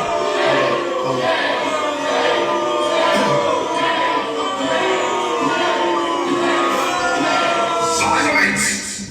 You never demon! I'm Legendary. Maybe you didn't hear me, but I don't allow Trump supporters to be victims around me. I don't. You, as far as I'm concerned, you're not victims. You're the harassers and the abusers. And get this, Legendary, if you don't like what I'm doing over here on this side of town, listen up. If you're not happy here, then you can leave. Bingo.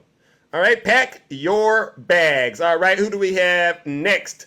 Ladies and gentlemen, all right, good morning. Moo the Tuxedo Cat, welcome back. How are you doing? What's up, man? No, I have some good stuff for you today that I think you're going to like, my friend. Okay? All right. All right. So, let's go. MAGA and Trump want to pretend that they care about children, but you're going to run into some big issues, and with your draining the swamp narrative, too. I want all of chat to look up Alex Acosta right now. Alex Acosta, Donald Trump's Secretary of Labor, Alex Acosta, was in charge of the DOJ down in Florida when Epstein had his first trial. But remember, they care about children now. So what Alex Acosta did was he used the prosecutors down in Florida to demonize minors. He went after the victims of Epstein, girls as young as 14. He called prostitutes. He called them drug addicts, right? And these are minors we're talking about right now, guys. These are not grown women, okay? Right. And then what Alex Acosta did was he let Epstein get off on house arrest. Well, why did Donald Trump hire Alex Acosta as his labor secretary, MAGA? I want any MAGA in chat to answer that for me right now. Why is Donald Trump hiring the guy who did all kinds of terrible things to young girls if Donald Trump cares about children? Why did that happen, MAGA? And you see, when we shine the spotlight on these so-called Christians, they get radio silent, don't they? Quiet as a So church you have mouse. no answer. Yeah, you guys have no answer. And the fact of the matter is... they said stop judging. Moo. They said Stop judging. Stop judging. Your guy said he wants to drain the swamp, but he hired a guy who let one of the biggest pedos in all history off. Right? So, you guys can just stop right here, man. You can say you don't have an answer and that your guy supports people who help out pedos, because that's what happened in real life. That's what happened. That's what happened to you guys, man. So you hire people who enjoy hanging out with pedos, right? Because Donald Trump and Epstein were friends for 15 years. That's a fact. 15 years, my dudes. Okay. And we saw him dancing with those. We saw him dancing with Epstein in videos. Haven't you seen those? Yeah. Yeah, absolutely. Yeah. So you guys can stop with this whole narrative that you care about children, because the only reason Donald Trump brings up abortion in the first place is because he gets millions and millions of dollars from evangelical Christian groups. That's the only reason he's talking to you about abortion. In truth, Donald Trump thinks every single one of us is subhuman. He doesn't even look at us as human beings. He's after corporate money in any way he can get it. And so the other thing I want to know, MAGA, is this. You all claim to hate the establishment. You all claim to hate all the corruption that's going on. So let me ask you a question. On May 2nd of 2023, when you guys had control of the House, and Alexandria Ocasio-Cortez and Matt Gaetz, one of your people, MAGA, one of your people, introduced the... Yeah, 2023, when you guys had control of the House, right? You guys had control, which means that you can bring bills to the floor, right, MAGA?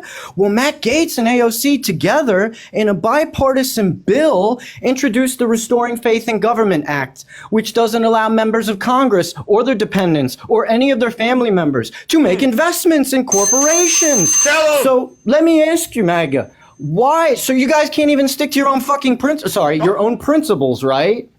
Right? Because you claim to hate elitists. You claim to hate corruption. But then when one of your own people signs on with one of my progressives, you don't even bring the bill to the floor. Oh. What happened? What happened? Bunch of hypocrites. That's it for me, my dude. And feel free to use all that, by the way.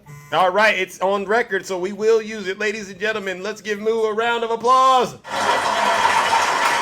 Bye, guys. Well, thank you, sir. I really do appreciate it. As you can see, ladies and gentlemen, it's been a show of force. No lies detected. Oh, my goodness. Oh, who? Look at all these MAGA demons. See, when you come up and you spam my chat, I say, come on up in the box. And really explain to me why you keep saying Trump 2024. Because saying Trump 2024 makes absolutely no sense to me when you can't even defend this guy. This guy can't even keep himself out of prison. How the heck can he save a country? Have you ever thought about that, you traitors? See, this is why I do the wonderful work that I do, ladies and gentlemen, because you know what? Somebody got to go to hell, and I get it. Y'all are definitely prime candidates for hell. All right. Good morning, attacking. Welcome. Good morning. I really do hate fake Christians. Why do fake women Christians love Trump so much, knowing what he's done to children and women and said horrible things about his daughter?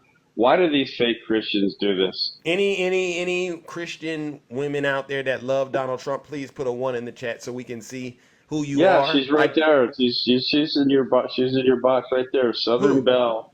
Oh, Southern Belle. Southern Belle. Yeah, that's her. That's her. Yeah.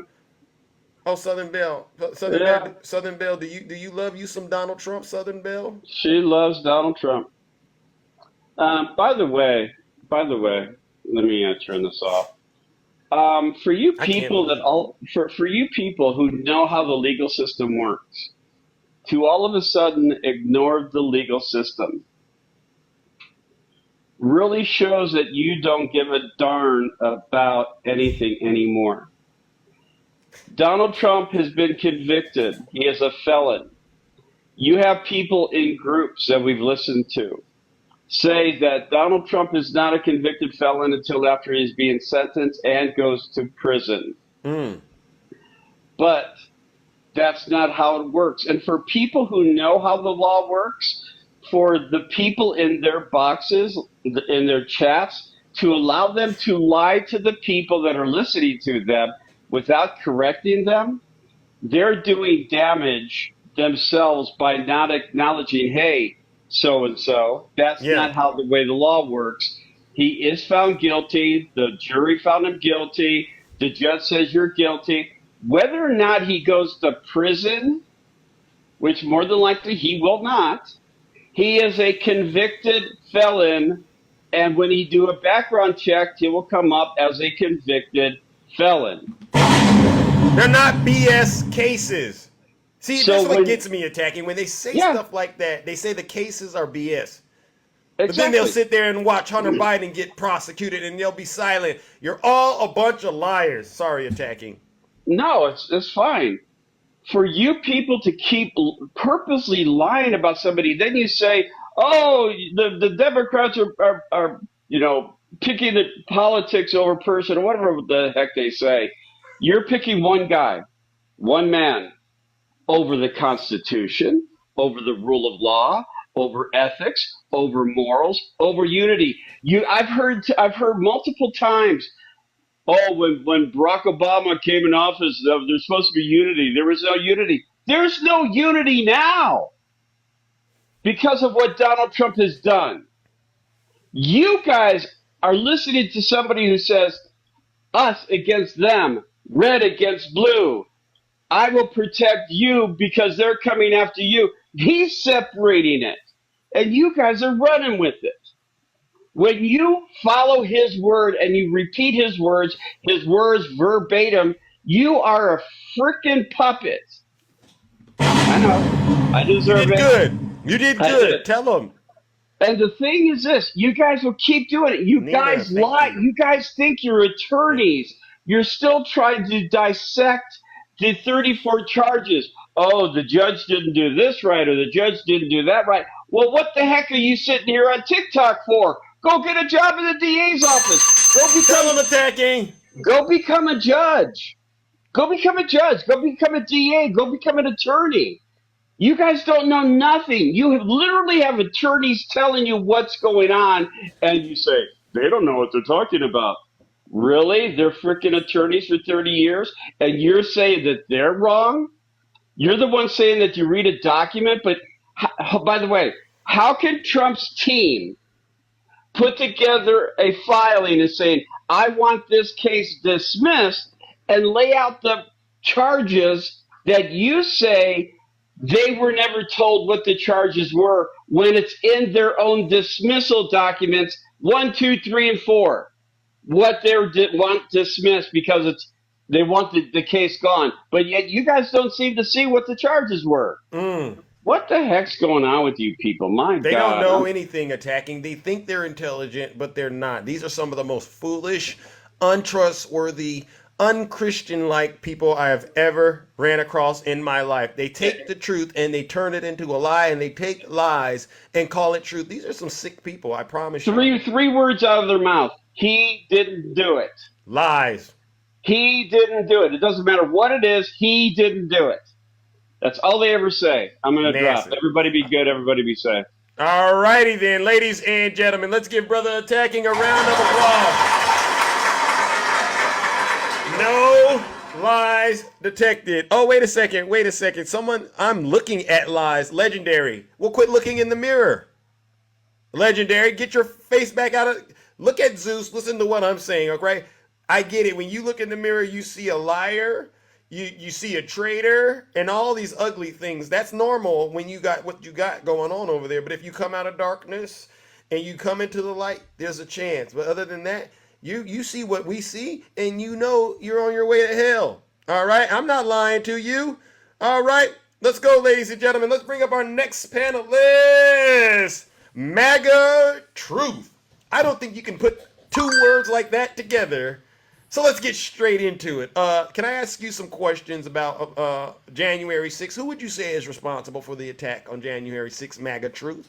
Why don't you start with y'all talking about them charges? When was them charges told on Trump? Which ones?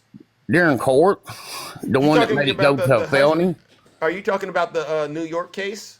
Yeah, when he got his 34 charges, you know. Yeah. You know the story, because you probably think Biden weaponized the DOJ, right? Well, you don't think he did? No. Because let me ask you a question. In 2006, when he hooked up with Stormy Daniels in Tahoe, was Biden around during that time? He didn't get the charge in, did he? No. But you got to follow the timeline, all right, in terms of when things happened, all right? You mean getting charged right when he ran for office? Huh? That time, You talking about the timeline? As soon as he run for office, he got charged. No, what I'm saying is this: a lot of people believe that. Let's go back to the original charge we was talking. The falsifying the business records, right? When did it turn into a felony? At what point? When he committed the crime. No, he was not charged with a felony. He was charged with misdemeanors. No, he's always been charged with felony. That's You're where wrong. You're wrong. That's where you're wrong, MAGA. So you're telling me he was charged with 33 felonies on the go? 34. 11, on the go. 11 invoices, 11 checks, and 12 ledger entries. So he had 34 felony charges when they filed charges. Yes. You're wrong. Yes. They was misdemeanors. So let me no MAGA yes, truth. Yes. MAGA truth. Let me make sure you and I have a good understanding. You're off about base. MAGA truth. I gotta hurry up. But you can go look this up. Number one, did Biden have anything to do with Donald Trump hooking up with Stormy Daniels? His 33 charges. MAGA truth. I'm gonna mute you until you answer my questions. All right. Now answer my questions. All right. Hit unmute. All right, this is a serious thing I need you to understand. Yeah. Let's talk about the charges. There's misdemeanors. They went to court. The jury got to pick out of 3 different things what could turn it into a felony. You need to do your research. Listen, okay, can I ask you some questions before you get up out of here? Because we don't got all day, all right? Do you believe Am I right on that? We'll move on. Do you believe President Biden weaponized the DOJ to go after him? We just proved that to you. You don't even know your information. So, okay, what I'm going to do is give you a couple of dates, all right? And then I want you to give me the answer. So, one, did Donald Trump in 2006, when he hooked up with Stormy Daniels, did President Biden have anything to do with that? I don't think he did. Okay, all right. What about in, let's go to 2016, where Michael Cohen signed an agreement to buy the non-disclosures from Karen McDougal for $125,000. Did Biden have anything to do with that? I don't think he did. Okay, let's go to what about when Michael Cohen got reimbursed from Donald Trump while Donald Trump was president of the United States? Did President Biden have anything to do with that? Because that was in May of 2018. I don't think so. Okay. What about this? What about August of 2019 when the Trump Organization was served a grand jury subpoena from the Manhattan District Attorney Cy Vance's office? All right. Did President Biden have anything to do with that in 2019? I don't know about that. I don't think he did. What about in November of 2021 when Alvin Bragg was elected to be the district attorney? Did President Biden have anything to do with that in November of 2021? I don't know about Biden and Braggs. I don't know about them. But what I'm showing you is there's been things happening all this time that Biden had nothing to do with. Yeah, but what Biden did have to do with, he did turn around and have him go after Trump. That's common sense to see. He's even on tape saying he'll do whatever he has to politically to down Trump. Sir, you just lied. I said in August of 2019, the Trump org was served a grand jury subpoena. Biden was not in office. And that's when they began pursuing this. So I ain't lied. Huh? I said I didn't know about that topic, so I ain't lied. Yeah, because you don't understand how these things work. I want you to understand this. Every case Donald Trump has, paid real good money. You're getting paid good money, or you're playing a fool.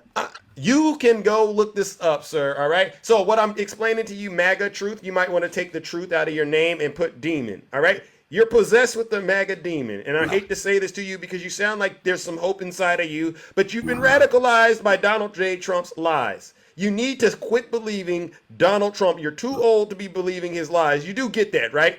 You don't just wake up and say, I'm going to indict Donald Trump, a former president of the United States. You must have evidence. There was a grand jury involved. His organization had been indicted prior to Biden even getting involved. And everything that I asked you about in terms of was Biden involved with, you admitted he wasn't. So I'm the only one that's crazy. Yes. They can see that was political corruption. MAGA truth. You answered you said the right thing. You are the only one that's crazy. And on that note, ladies and gentlemen, we got to get rid of MAGA truth. Ladies and gentlemen, join me in giving MAGA lie, MAGA demon, what he deserves, because he got in the box and didn't want to agree with the timeline and the facts, even though He knows it's true. He still refused to do it. Let's give him a round of boos and shame. I don't like liars in my box, MAGA. MAGA demon. I just don't. Silence, you MAGA demon. If you're going to try to get in the box and really talk to Zeus, please learn how to listen. A lot of you Trump supporters, you can't listen. You just want to get up here and say what you want to say and think people are going to believe it. Every single one of the people that come to this show, as far as I'm concerned, if they're not MAGA, they know before you open your mouth and say anything that you're going to lie. We've heard all of this before. All right, we've heard all of this before. Go look at the timeline for every single case and you will see this was not President Biden's hand involved. You want to talk about the classified documents? Well, they can't prosecute him for classified documents unless he commits the crime. He committed the crime after he left office and they had to investigate it. And you can go look at all the timelines in terms of the sequence of events leading up to when Jack Smith actually decided to indict him. This stuff takes time. You just can't wake up and say, I'm going to indict someone. Come on, folks. All right, let's bring up my next panelist. Oh my goodness. Who do we have this time? Bullfrog Health JB. Welcome to the show. What's up, Zeus? What's going on? Not much. Have you really looked at the timeline? I have. If we're talking about that case, is there something that I can help you with, Bullfrog? Because see, help me with the timeline when it comes to these all of the indictments. Did all of these indictments come down before or after Donald Trump said he was going to run for president? I have already discussed that.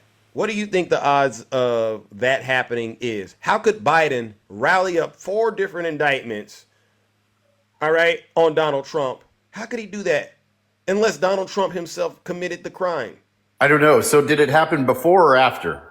Some of these investigations started before Biden got involved, like this hush money case, and then the other ones obviously happened. When did the indictments? When did he steal the documents? Was Biden When president? did the indictment? Well, it hasn't been proven that he stole anything. When did the indictments come down on Donald Trump? Well, he hasn't had trial. He hasn't had trial. Right. It hasn't been proven yet. But you're entitled to your opinion. So you know what? We only got 3 minutes. All right, but let's just do it with the common sense approach. Did the incident with the classified documents, did that happen after Trump was in the White House or while he was in the White House? With the classified documents case. You're talking about when did he was charged after he decided to run for president? No, I'm talking about the things that took place, the taking of the documents. Yeah, that happened after he left the White House, right? Yeah, he took documents like all presidents do. Okay, and did the interactions with NARA and the DOJ, did those continue after he left? Yeah, that happens to all presidents. So we agree the incident about the documents happened after, and we also agree there was some back and forth between these agencies and him about the documents. All of this happened after he left office. Okay, do you not think that happens to every president?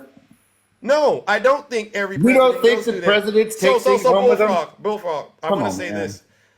What do you think Donald Trump had any awareness that he had all of these legal matters coming at him? Do you think he knew they were coming at him with these legal issues? Oh, no, I don't think. I think he thought they were going to happen because after he decided to run. But again, you haven't answered the question. When did the charges happen? When did they put the indictments down? Was it before or after he decided to run for president? Was it after? He was indicted after he announced he was running for president. Right. So that's what's fishy about it. Okay, but can I say this though? It's not really fishy when you look at what's happening. Okay, I'll give you a good example. Say you go and rob a bank, right? Hypothetically, do you think you're going to get indicted at some point? If you get caught. Yeah. Say that again. If you get caught. Okay. And here's the deal. He got caught. He got caught doing what? The hush money thing, he got caught. He got caught on the hush. They've been talking about this hush money thing since 2016. That's what I mean. So right, and then they decided to bring charges after. Then they decided to bring charges after he decided to run for president. Bullfrog, because it takes time for the case to get right. It takes 9 years to figure that out. It's simple math. No, Bullfrog. You know the term ripe? You heard of that concept? Just because something looks like it's a crime doesn't mean you can just go and rush and prosecute. Sometimes you got to do the backdoor business. 9 years? Listen to what I'm saying. Listen to what I'm saying. 10 Listen years. to what I'm saying. Come on, man. They're not going to proceed with an indictment unless they feel they can actually win. And it took time to interview witnesses, review security footage, to get people to talk to them and collect the statements from them like they did with Pence. All of this took time. And Donald Trump knew this was happening. And Donald Trump, because he was afraid, he decided, well, if I got all of these legal issues going on, not just criminal, but civil too, my only way to avoid being taken to task on these things is to run to be the president of the United States. He knew that was his only way out based on all the legal problems he had going on. That's what happened. He didn't have legal problems until he ran for president. He's been getting taken to court for before he became president. All right, look at all the lawsuits this man has had. Look at all the lawsuits that have been filed against him. Look at all the settlements he's had to do with, like Trump University and his charity. Yeah, this man is a walking criminal. He's no. You're talking about civil suits. You're talking about civil. You're talking about civil Bullfrog, suits. ladies and gentlemen, I got to give it to Bullfrog, but Bullfrog, I got to go moving on. Ladies and gentlemen, join me in giving Bullfrog a round of booze and shame. He still doesn't get it. He still doesn't get it. Jesus Christ, I'm trying to get out of here. Silence! You never demon! To the Trump supporters, go look at the timeline behind the crime for all 4 indictments. You will be able to see these investigations started way before Donald Trump decided to run to be president, or if he did the crime after he was president, you will still see all of the actions that were taking place leading up to him being indicted. And you will be able to confirm without a doubt that President Joe Biden was not involved with any of this. Any of this. No one told him to hook up with Stormy Daniels. No one told him to take the classified documents. No one told him to lead an insurrection against the United States Capitol. These are things that so-called stable genius decided to think of himself. All right, you know what? We don't got much time. This is bizarre. This is bizarre stuff, ladies and gentlemen. Good morning, Nutty Professor. Welcome.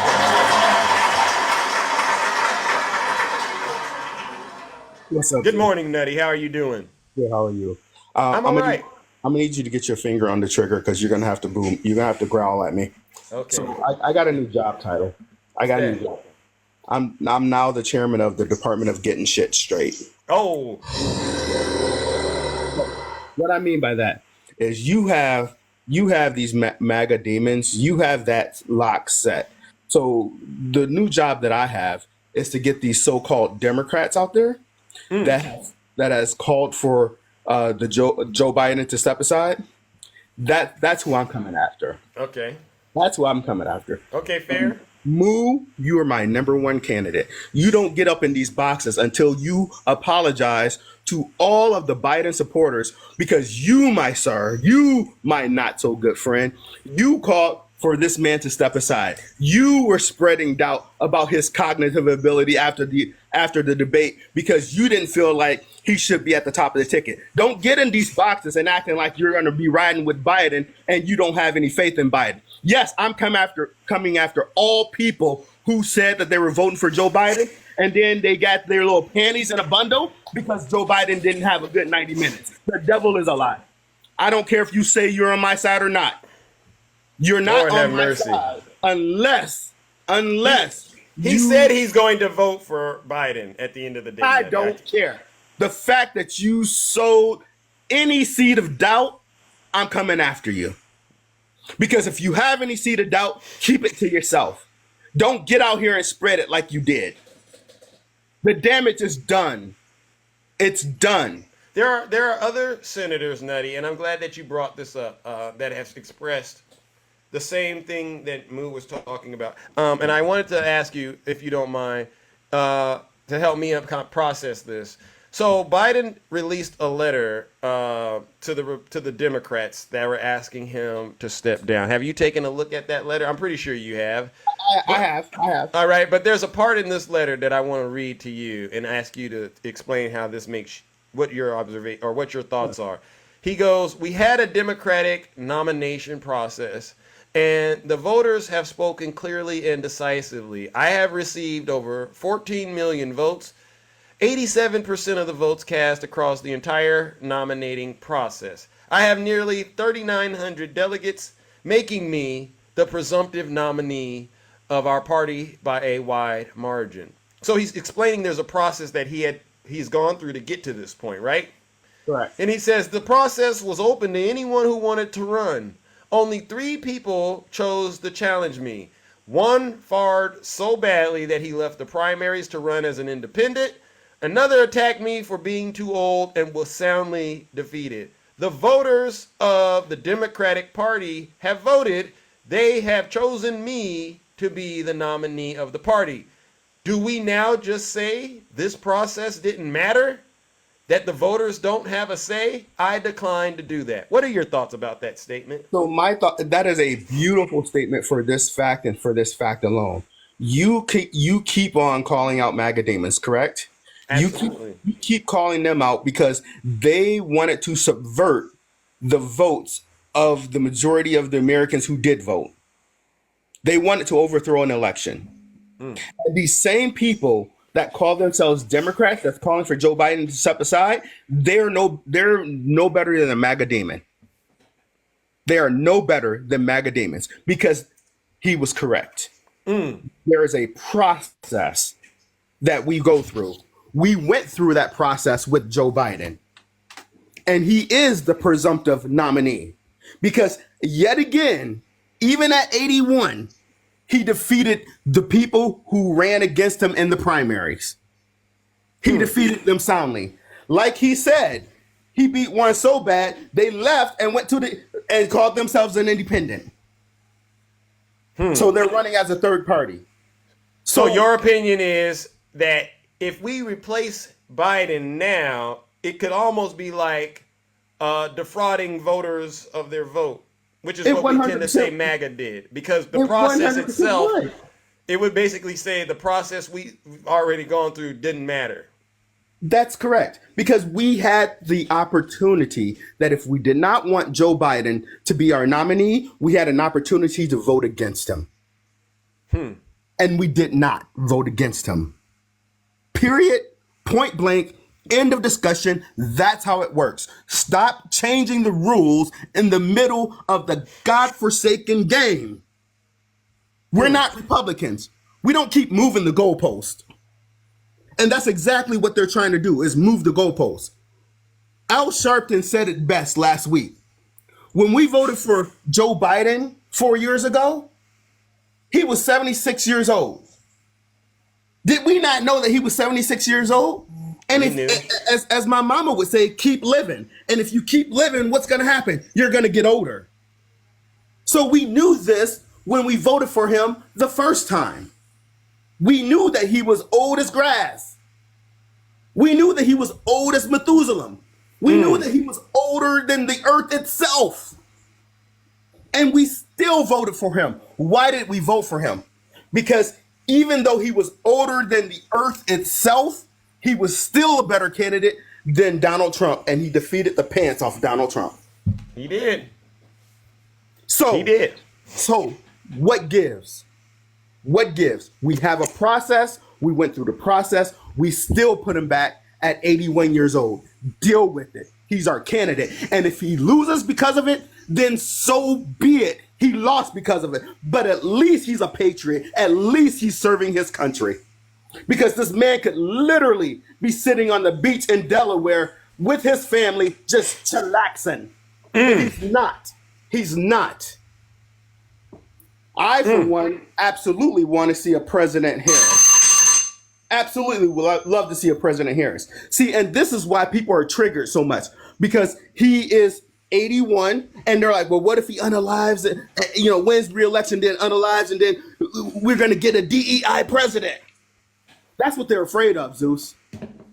That's exactly what they're afraid of. They're afraid of a black woman becoming president because she gonna set shit straight. Oh, my man. Mom, sorry, Mom. Nutty is being nutty today. Mama, I'm sorry. You know, I don't do that, Mama. But you know, at some point, we got to tell the truth and shame the devil. And I'm just on a truth bomb today. All right.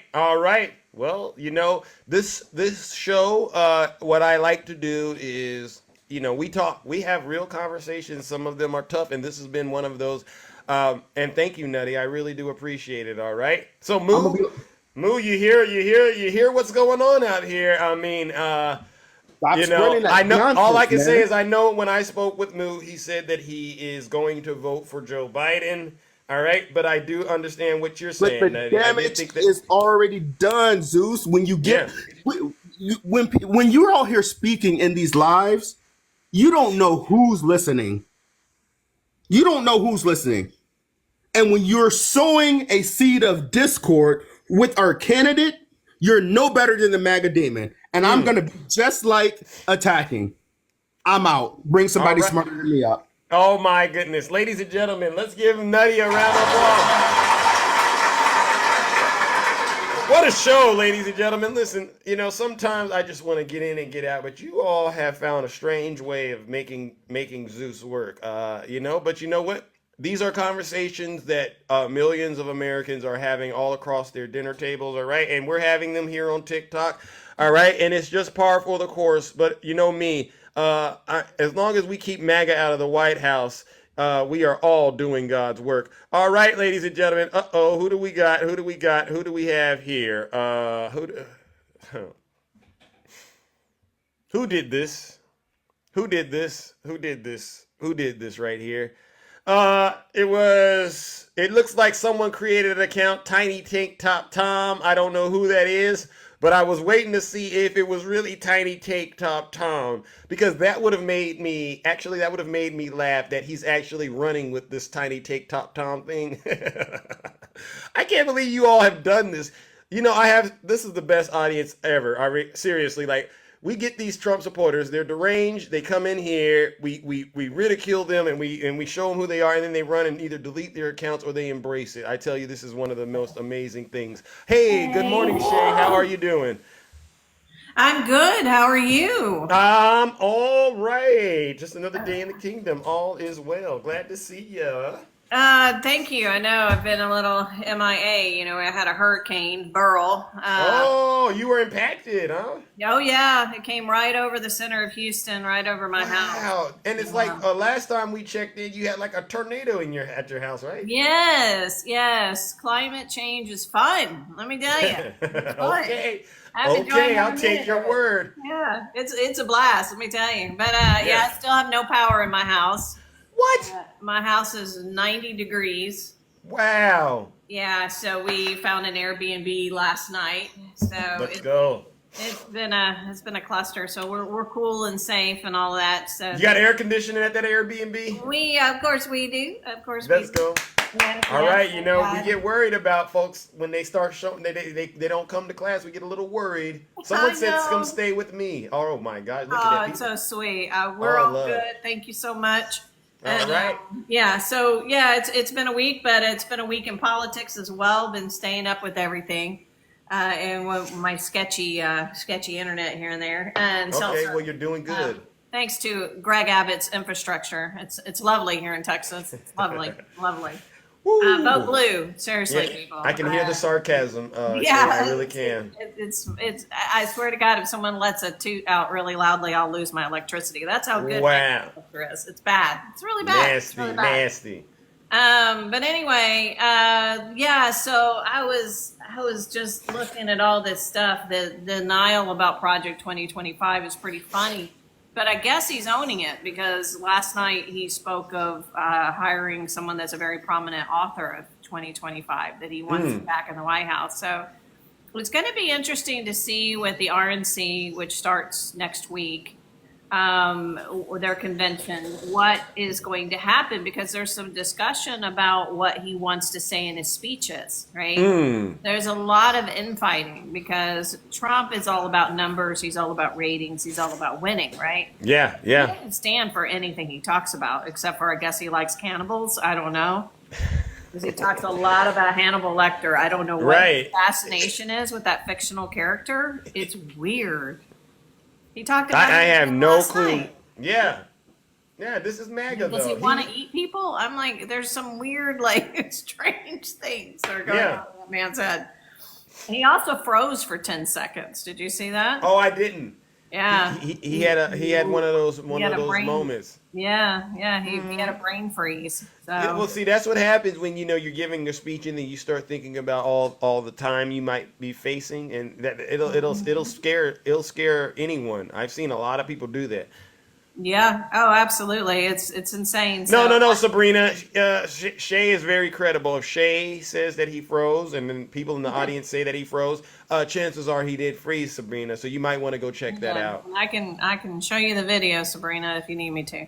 Yeah. But, you're welcome to fact check me anytime. I double dog dare you. Go ahead. Just like MAGA Truth, boy. They're just told what they're told and they won't go research it. Tiny Tank Tom's the same thing with the Ashley Babbitt, thing. How do you know that's Ashley Babbitt? It's called Google, Tom. It's called Google. It's not hard to find these things, okay? It is not hard to find these. But yeah, so we look at all this. So he's trying to move his way away from Project 2025, but then he knows he can't do that. But then he also says, on the abortion stance, they want him to talk about a nationwide abortion ban. And he's putting his foot down. He won't do it because he knows that's a losing thing. Yeah. It's going to be interesting to see what's going to happen at the RNC. So notice that. Also, notice Ron DeSantis wasn't invited. Paul Ryan wasn't invited. Liz Cheney, of course, wasn't invited. Nikki Haley wasn't invited. Wow. So you think about who all the speakers are. And I want you to pay attention because that's what I'm going to be looking at. I want you to pay attention to who all the speakers are going to be at the RNC convention, and I want you to do some background research on them. Yeah. I want you to see where they are. Have they, like Josh Hawley, say he's a Christian nationalist? Watch, they're coming out and saying, I am a Christian nationalist. I own it. I want this. Marco Rubio came out and talked about things like that. So, wow. So just pay attention, because even if you don't want to believe that that's the direction the RNC wants to take this country, pay attention to what they say at the RNC. I implore you to do these things. You don't have to listen to me and Zeus. Tell them, Shay. Tell them. Listen for yourself. Do research on every single person that gets up there. Understand what their platforms are, and then you tell us what you've seen and tell me that it's not where they're going. With Project 2025, read that as well. Bingo. And just understand, and veterans will be hugely impacted by 2025. You guys can't say that you support veterans and vote for this group of people. Can't. They don't care about that stuff. Exactly. Yeah. Anyway, that's all. I love you, man. Thank you so much. All right, love you too, ladies and gentlemen. Let's give it up to the beautiful Shay. No lies detected. Oh my goodness. All right, who do we have next, ladies and gentlemen? All right, good morning, Jess. How are you doing, Jess? I'm great. How are you doing? I'm all right. Just another day in the kingdom, tending to the affairs. So before I get started, I saw someone say they took a trip with their husband to an island, and she's a MAGA demon. So I'm just like, was it the island? I think it was. It was because she's the one specifically who said I was lying about him being on the call logs. Oh. So pretty sure it was Epstein's island. Wow. What a shame. Tell the truth and shame the devil. Yeah, shame on you. But These so I folks wanted are to come sick. up and I wanted to talk about the difference between Biden and Trump, because we need to talk about his accomplishments. We're all bashing on Trump, and as we should. But I think we need to highlight his accomplishments as well, because people are so focused on his age and not focused on what he's done. The man has done, with the Supreme Court overturning Roe, he's put in some executive orders so women can travel and receive the health care that they need. Not only that, he's built and preserved more than 2 million homes for the housing crisis, low-income houses. Amen.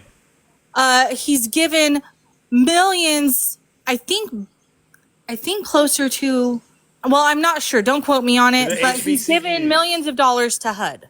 Oh, okay. I thought you were talking about the HBCUs. Yep. Oh, he's helped the HBCUs too. Let's Joe Biden. Go Joe Biden. You know what I mean? Because the fact that they tout Trump for doing so much for the HBCUs, it only leveled out to what, $80 per student? Something like that? Yeah.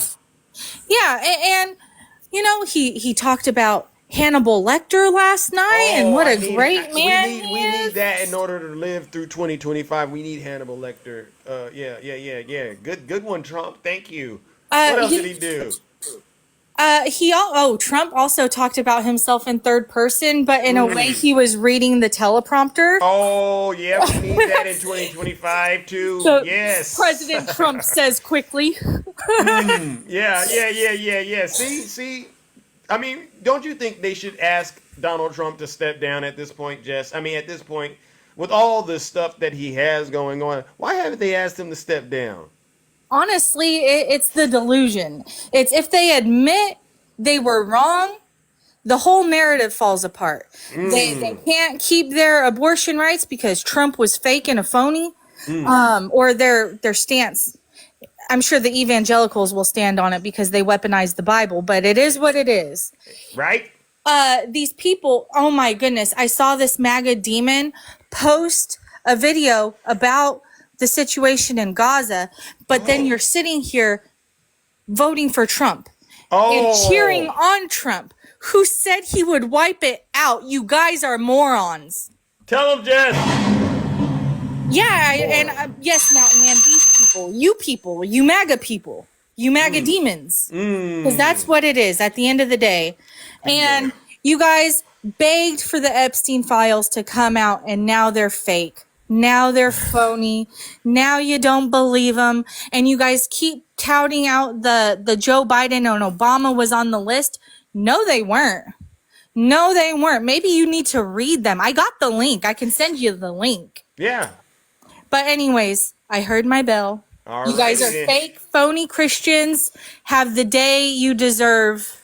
Let's go. Tell them, Jess, ladies and gentlemen, let's give it up to the beautiful Jess. No lies detected. All right. Who do we got next, ladies and gentlemen? Listen, I can do one more, then Zeus has to get up out of here. Tiffany for the people, welcome to the show. Looking good. How are you? Hi Zeus, hi Kingdom, hi everybody. Thank you. Can you hear me okay? I can hear you. Yes, okay. I can. Firstly, who the hell is Mr. Meaner? Who's Mr. Meaner? I don't know who that is. I would like to meet. Who is that? Mr. Who? Mr. Meaner. Was it MAGA Truth? I've never heard of such an individual. They come up in the box? Yeah. Was it MAGA Truth? I was saying Mr. Oh, MAGA Meaner. MAGA Truth. Okay, that's what he was saying. Okay, yeah. He can't. First of all, Mr. Meaner, you sound like you chew on nuts and bolts and you drink gasoline. Wow. Secondly, I imagine that Janae is trying to slide in your DMs like this. Like, hey, she would never. She would never turn her camera on. She's not. No. She would never do it. I'm just being honest. Janae, Southern Hell, Maganae, and Southern Hell. I want to debate you. I want to talk to these. I want to talk to them, Zeus. I don't know if you can do it. I have questions. Because I really want to know how Maganae can say that she supports children, but she supports a P3DO and a rapist. I've been trying to get to the bottom of that too, Tiffany. And you know what?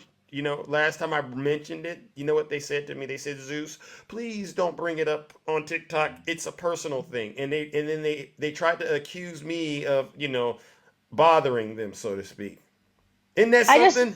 It is something. And I find it interesting that MAGA is always like saying that, asking the dumbest questions. Thank you, Sharon. And then they're never answering the question. Right? Yeah. They beg, like Jess said, they beg for the Epstein files, and they got them. And now they're going, don't talk to us about them, please don't. And now it's fake, and he's not on there. And then somebody just said Biden's on there. Guys, you can't just make an accusation without any facts or proof. That's not how that works. You can't just say something and it's true. This is where the critical thinking part comes in, right? Mm-hmm. Tell them, Tiff. And I'm looking to see if they have accepted you on your offer to talk this out, because I would really love to hear you and them talk about this and get some sort of resolution, because I would love to see them stand up to Donald Trump and say, you know what, sir, with all this stuff you got going on, there's just no way I can endorse you anymore, and get out of the cult. I would love to see it. Well, so is Southern Hell still here, or is Janae still here? Are they still here? I don't see. I'm monitoring the chat. They're quiet as a church mouse, believe it or not. And just like one simple thing I noticed is that, like, I'm not a mod, but I told Janae in the comments earlier, like, people like your mods say, like, don't type in caps, and she was like, no. And it's like, this is what clearly shows that these MAGA demons don't respect no, they don't respect boundaries, and this is all what they're about. That's all what they're about, right? All about violating people's boundaries. Ain't that something? And so, like, as a woman, go for it. And I was gonna say, like, as a woman, it's despicable. Like, Southern Hell and Magane are supporting this person who is convicted, not just accusations. We're not out here just saying, throwing things around.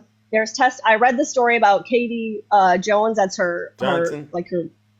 Yes, Johnson Jones.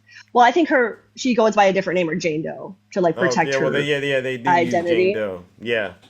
So absolutely disgusting. Trigger warning. Yeah. About what happened to her at the hands of Epstein and Trump. Tell them. So and I want to say really quickly too, I agree with Nutty about Moo. Moo's up in here flip-flopping. I know you said like he's going to vote for Biden, but the damage has already been done, because what you're doing is espousing the same rhetoric that MAGA does about Biden's age. You're doing the same thing as what they do. So it's problematic, and not everything that you think needs to be said. You can keep some things to yourself. You have a very large platform, Zeus, and like he said, like, you don't know who's listening, and then you're feeding into that same narrative as men. So, yeah.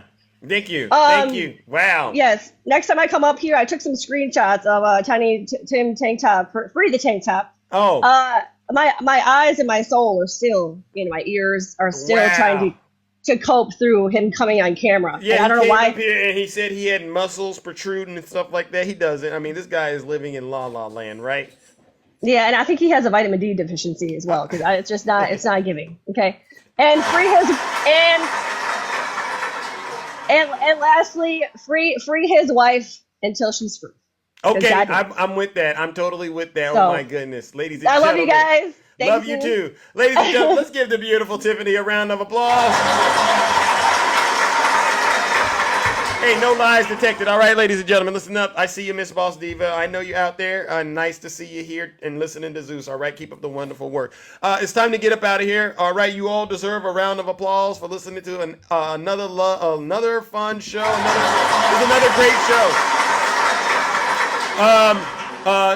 To the panelists, to the subscribers, to the gifters, and the moderators, thank you again for helping to keep this show exciting, engaging, and entertaining. But you know what we got to do? We got to give our final round of booze and shame for the Zeus haters out there. These are not just my haters. These are your haters, too. These folks, ladies and gentlemen, these folks, day in and day out, get up and spread misinformation and disinformation on behalf of Vladimir Putin and the Kremlin. All right?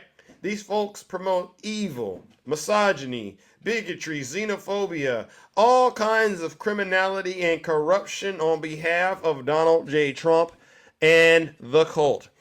I promise you when I say this, these folks are the worst of the worst. They are the scum of the earth. Join me in giving them our final round of booze and shame.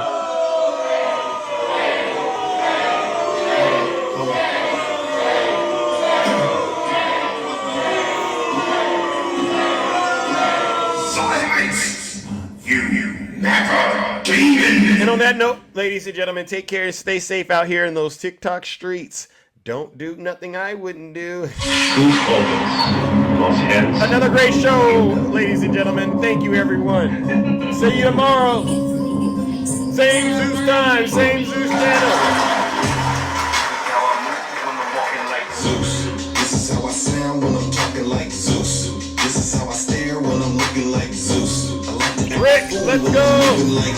Thank you, Zena. Nathan's mom. All right. Nathan's dad, I know you're out there too. Zena Smith, thank you. Black Jade. Ray Ray, I see ya. Southern Delight, keep up the good work. All right, love you all. I can't leave it up to you. Let's go, let's go. Cold as the day. Thank you, donate, tone. Listen, everyone, you helped make this show possible. I really do mean that. You are all amazing. Seriously.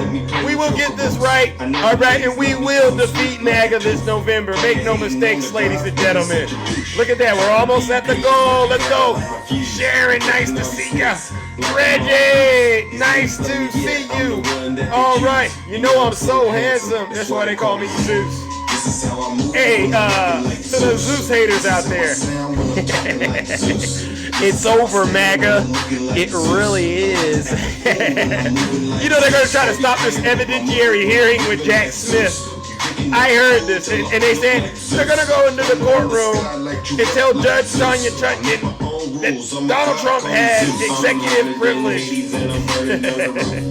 And then they're going to say that can only be done by one president at a time, and currently the president is President Biden, and he's not giving Donald Trump executive privilege. Make no mistake, ladies and gentlemen, before we go vote, we hit our goal. Thank you, everyone. Let's go. You are all amazing. Smith. Yes. Before we go and vote, Jack Smith, he's going to let us all know what Donald Trump was doing on January 6th, the real way. Wise G, what's going on? Ladies love me, yeah. I'm the one that they choose. You know I'm so handsome. That's why they call me Zeus. Lady Rima, let's go. Daisy, I see ya. When I'm moving like Zeus. Don't be playing with my move when I'm grooving like Zeus. You're thinking that you're cool till I pull up like Zeus. Thunder in the sky, light you up like Zeus. I make my own rules. Here we go. Call me Zeus. Here we go. I just want to find. Love you, Big Jake. Love you too. 11,780. No, one more than we have. All right. Hey, you know what we gotta do, ladies and gentlemen. Tiffany for the people. Shay, are you there? My good friend Reggie. Let's hit him with the remix. He's deranged. Jackson. He's deranged. Jackson. Nathan's mom. He's deranged. Jackson. He's deranged. Jackson. He's deranged. Jackson. He's deranged. Jackson. He's deranged. Jackson. Here he goes. Donald Trump is indicted and they take one charge and they turn it into 36 charges. And he's a big Trump hater. Openly, he's a Trump hater. And his wife is even more of a Trump hater. All right, ladies and gentlemen. What do we do now? Let's play it. All right, what do I want to play right now, ladies and gentlemen? Oh, what do we got before I get up out of here? Let's see. What do we have? Okay. Every time the radical left Democrats, Marxists, communists, and fascists indict me, I consider it a great badge of courage. Yeah. We got your badges of courage, all right, Mr. Former President, all right? Now, before we get out of here, let's drop the bomb, and you know exactly what it is. If you have a problem figuring out whether you're for me or Trump, and you ain't black. That's right, you ain't black. You ain't nothing but a modern-day slave. I'm out of here, ladies and gentlemen. Take care and stay safe out here in these TikTok.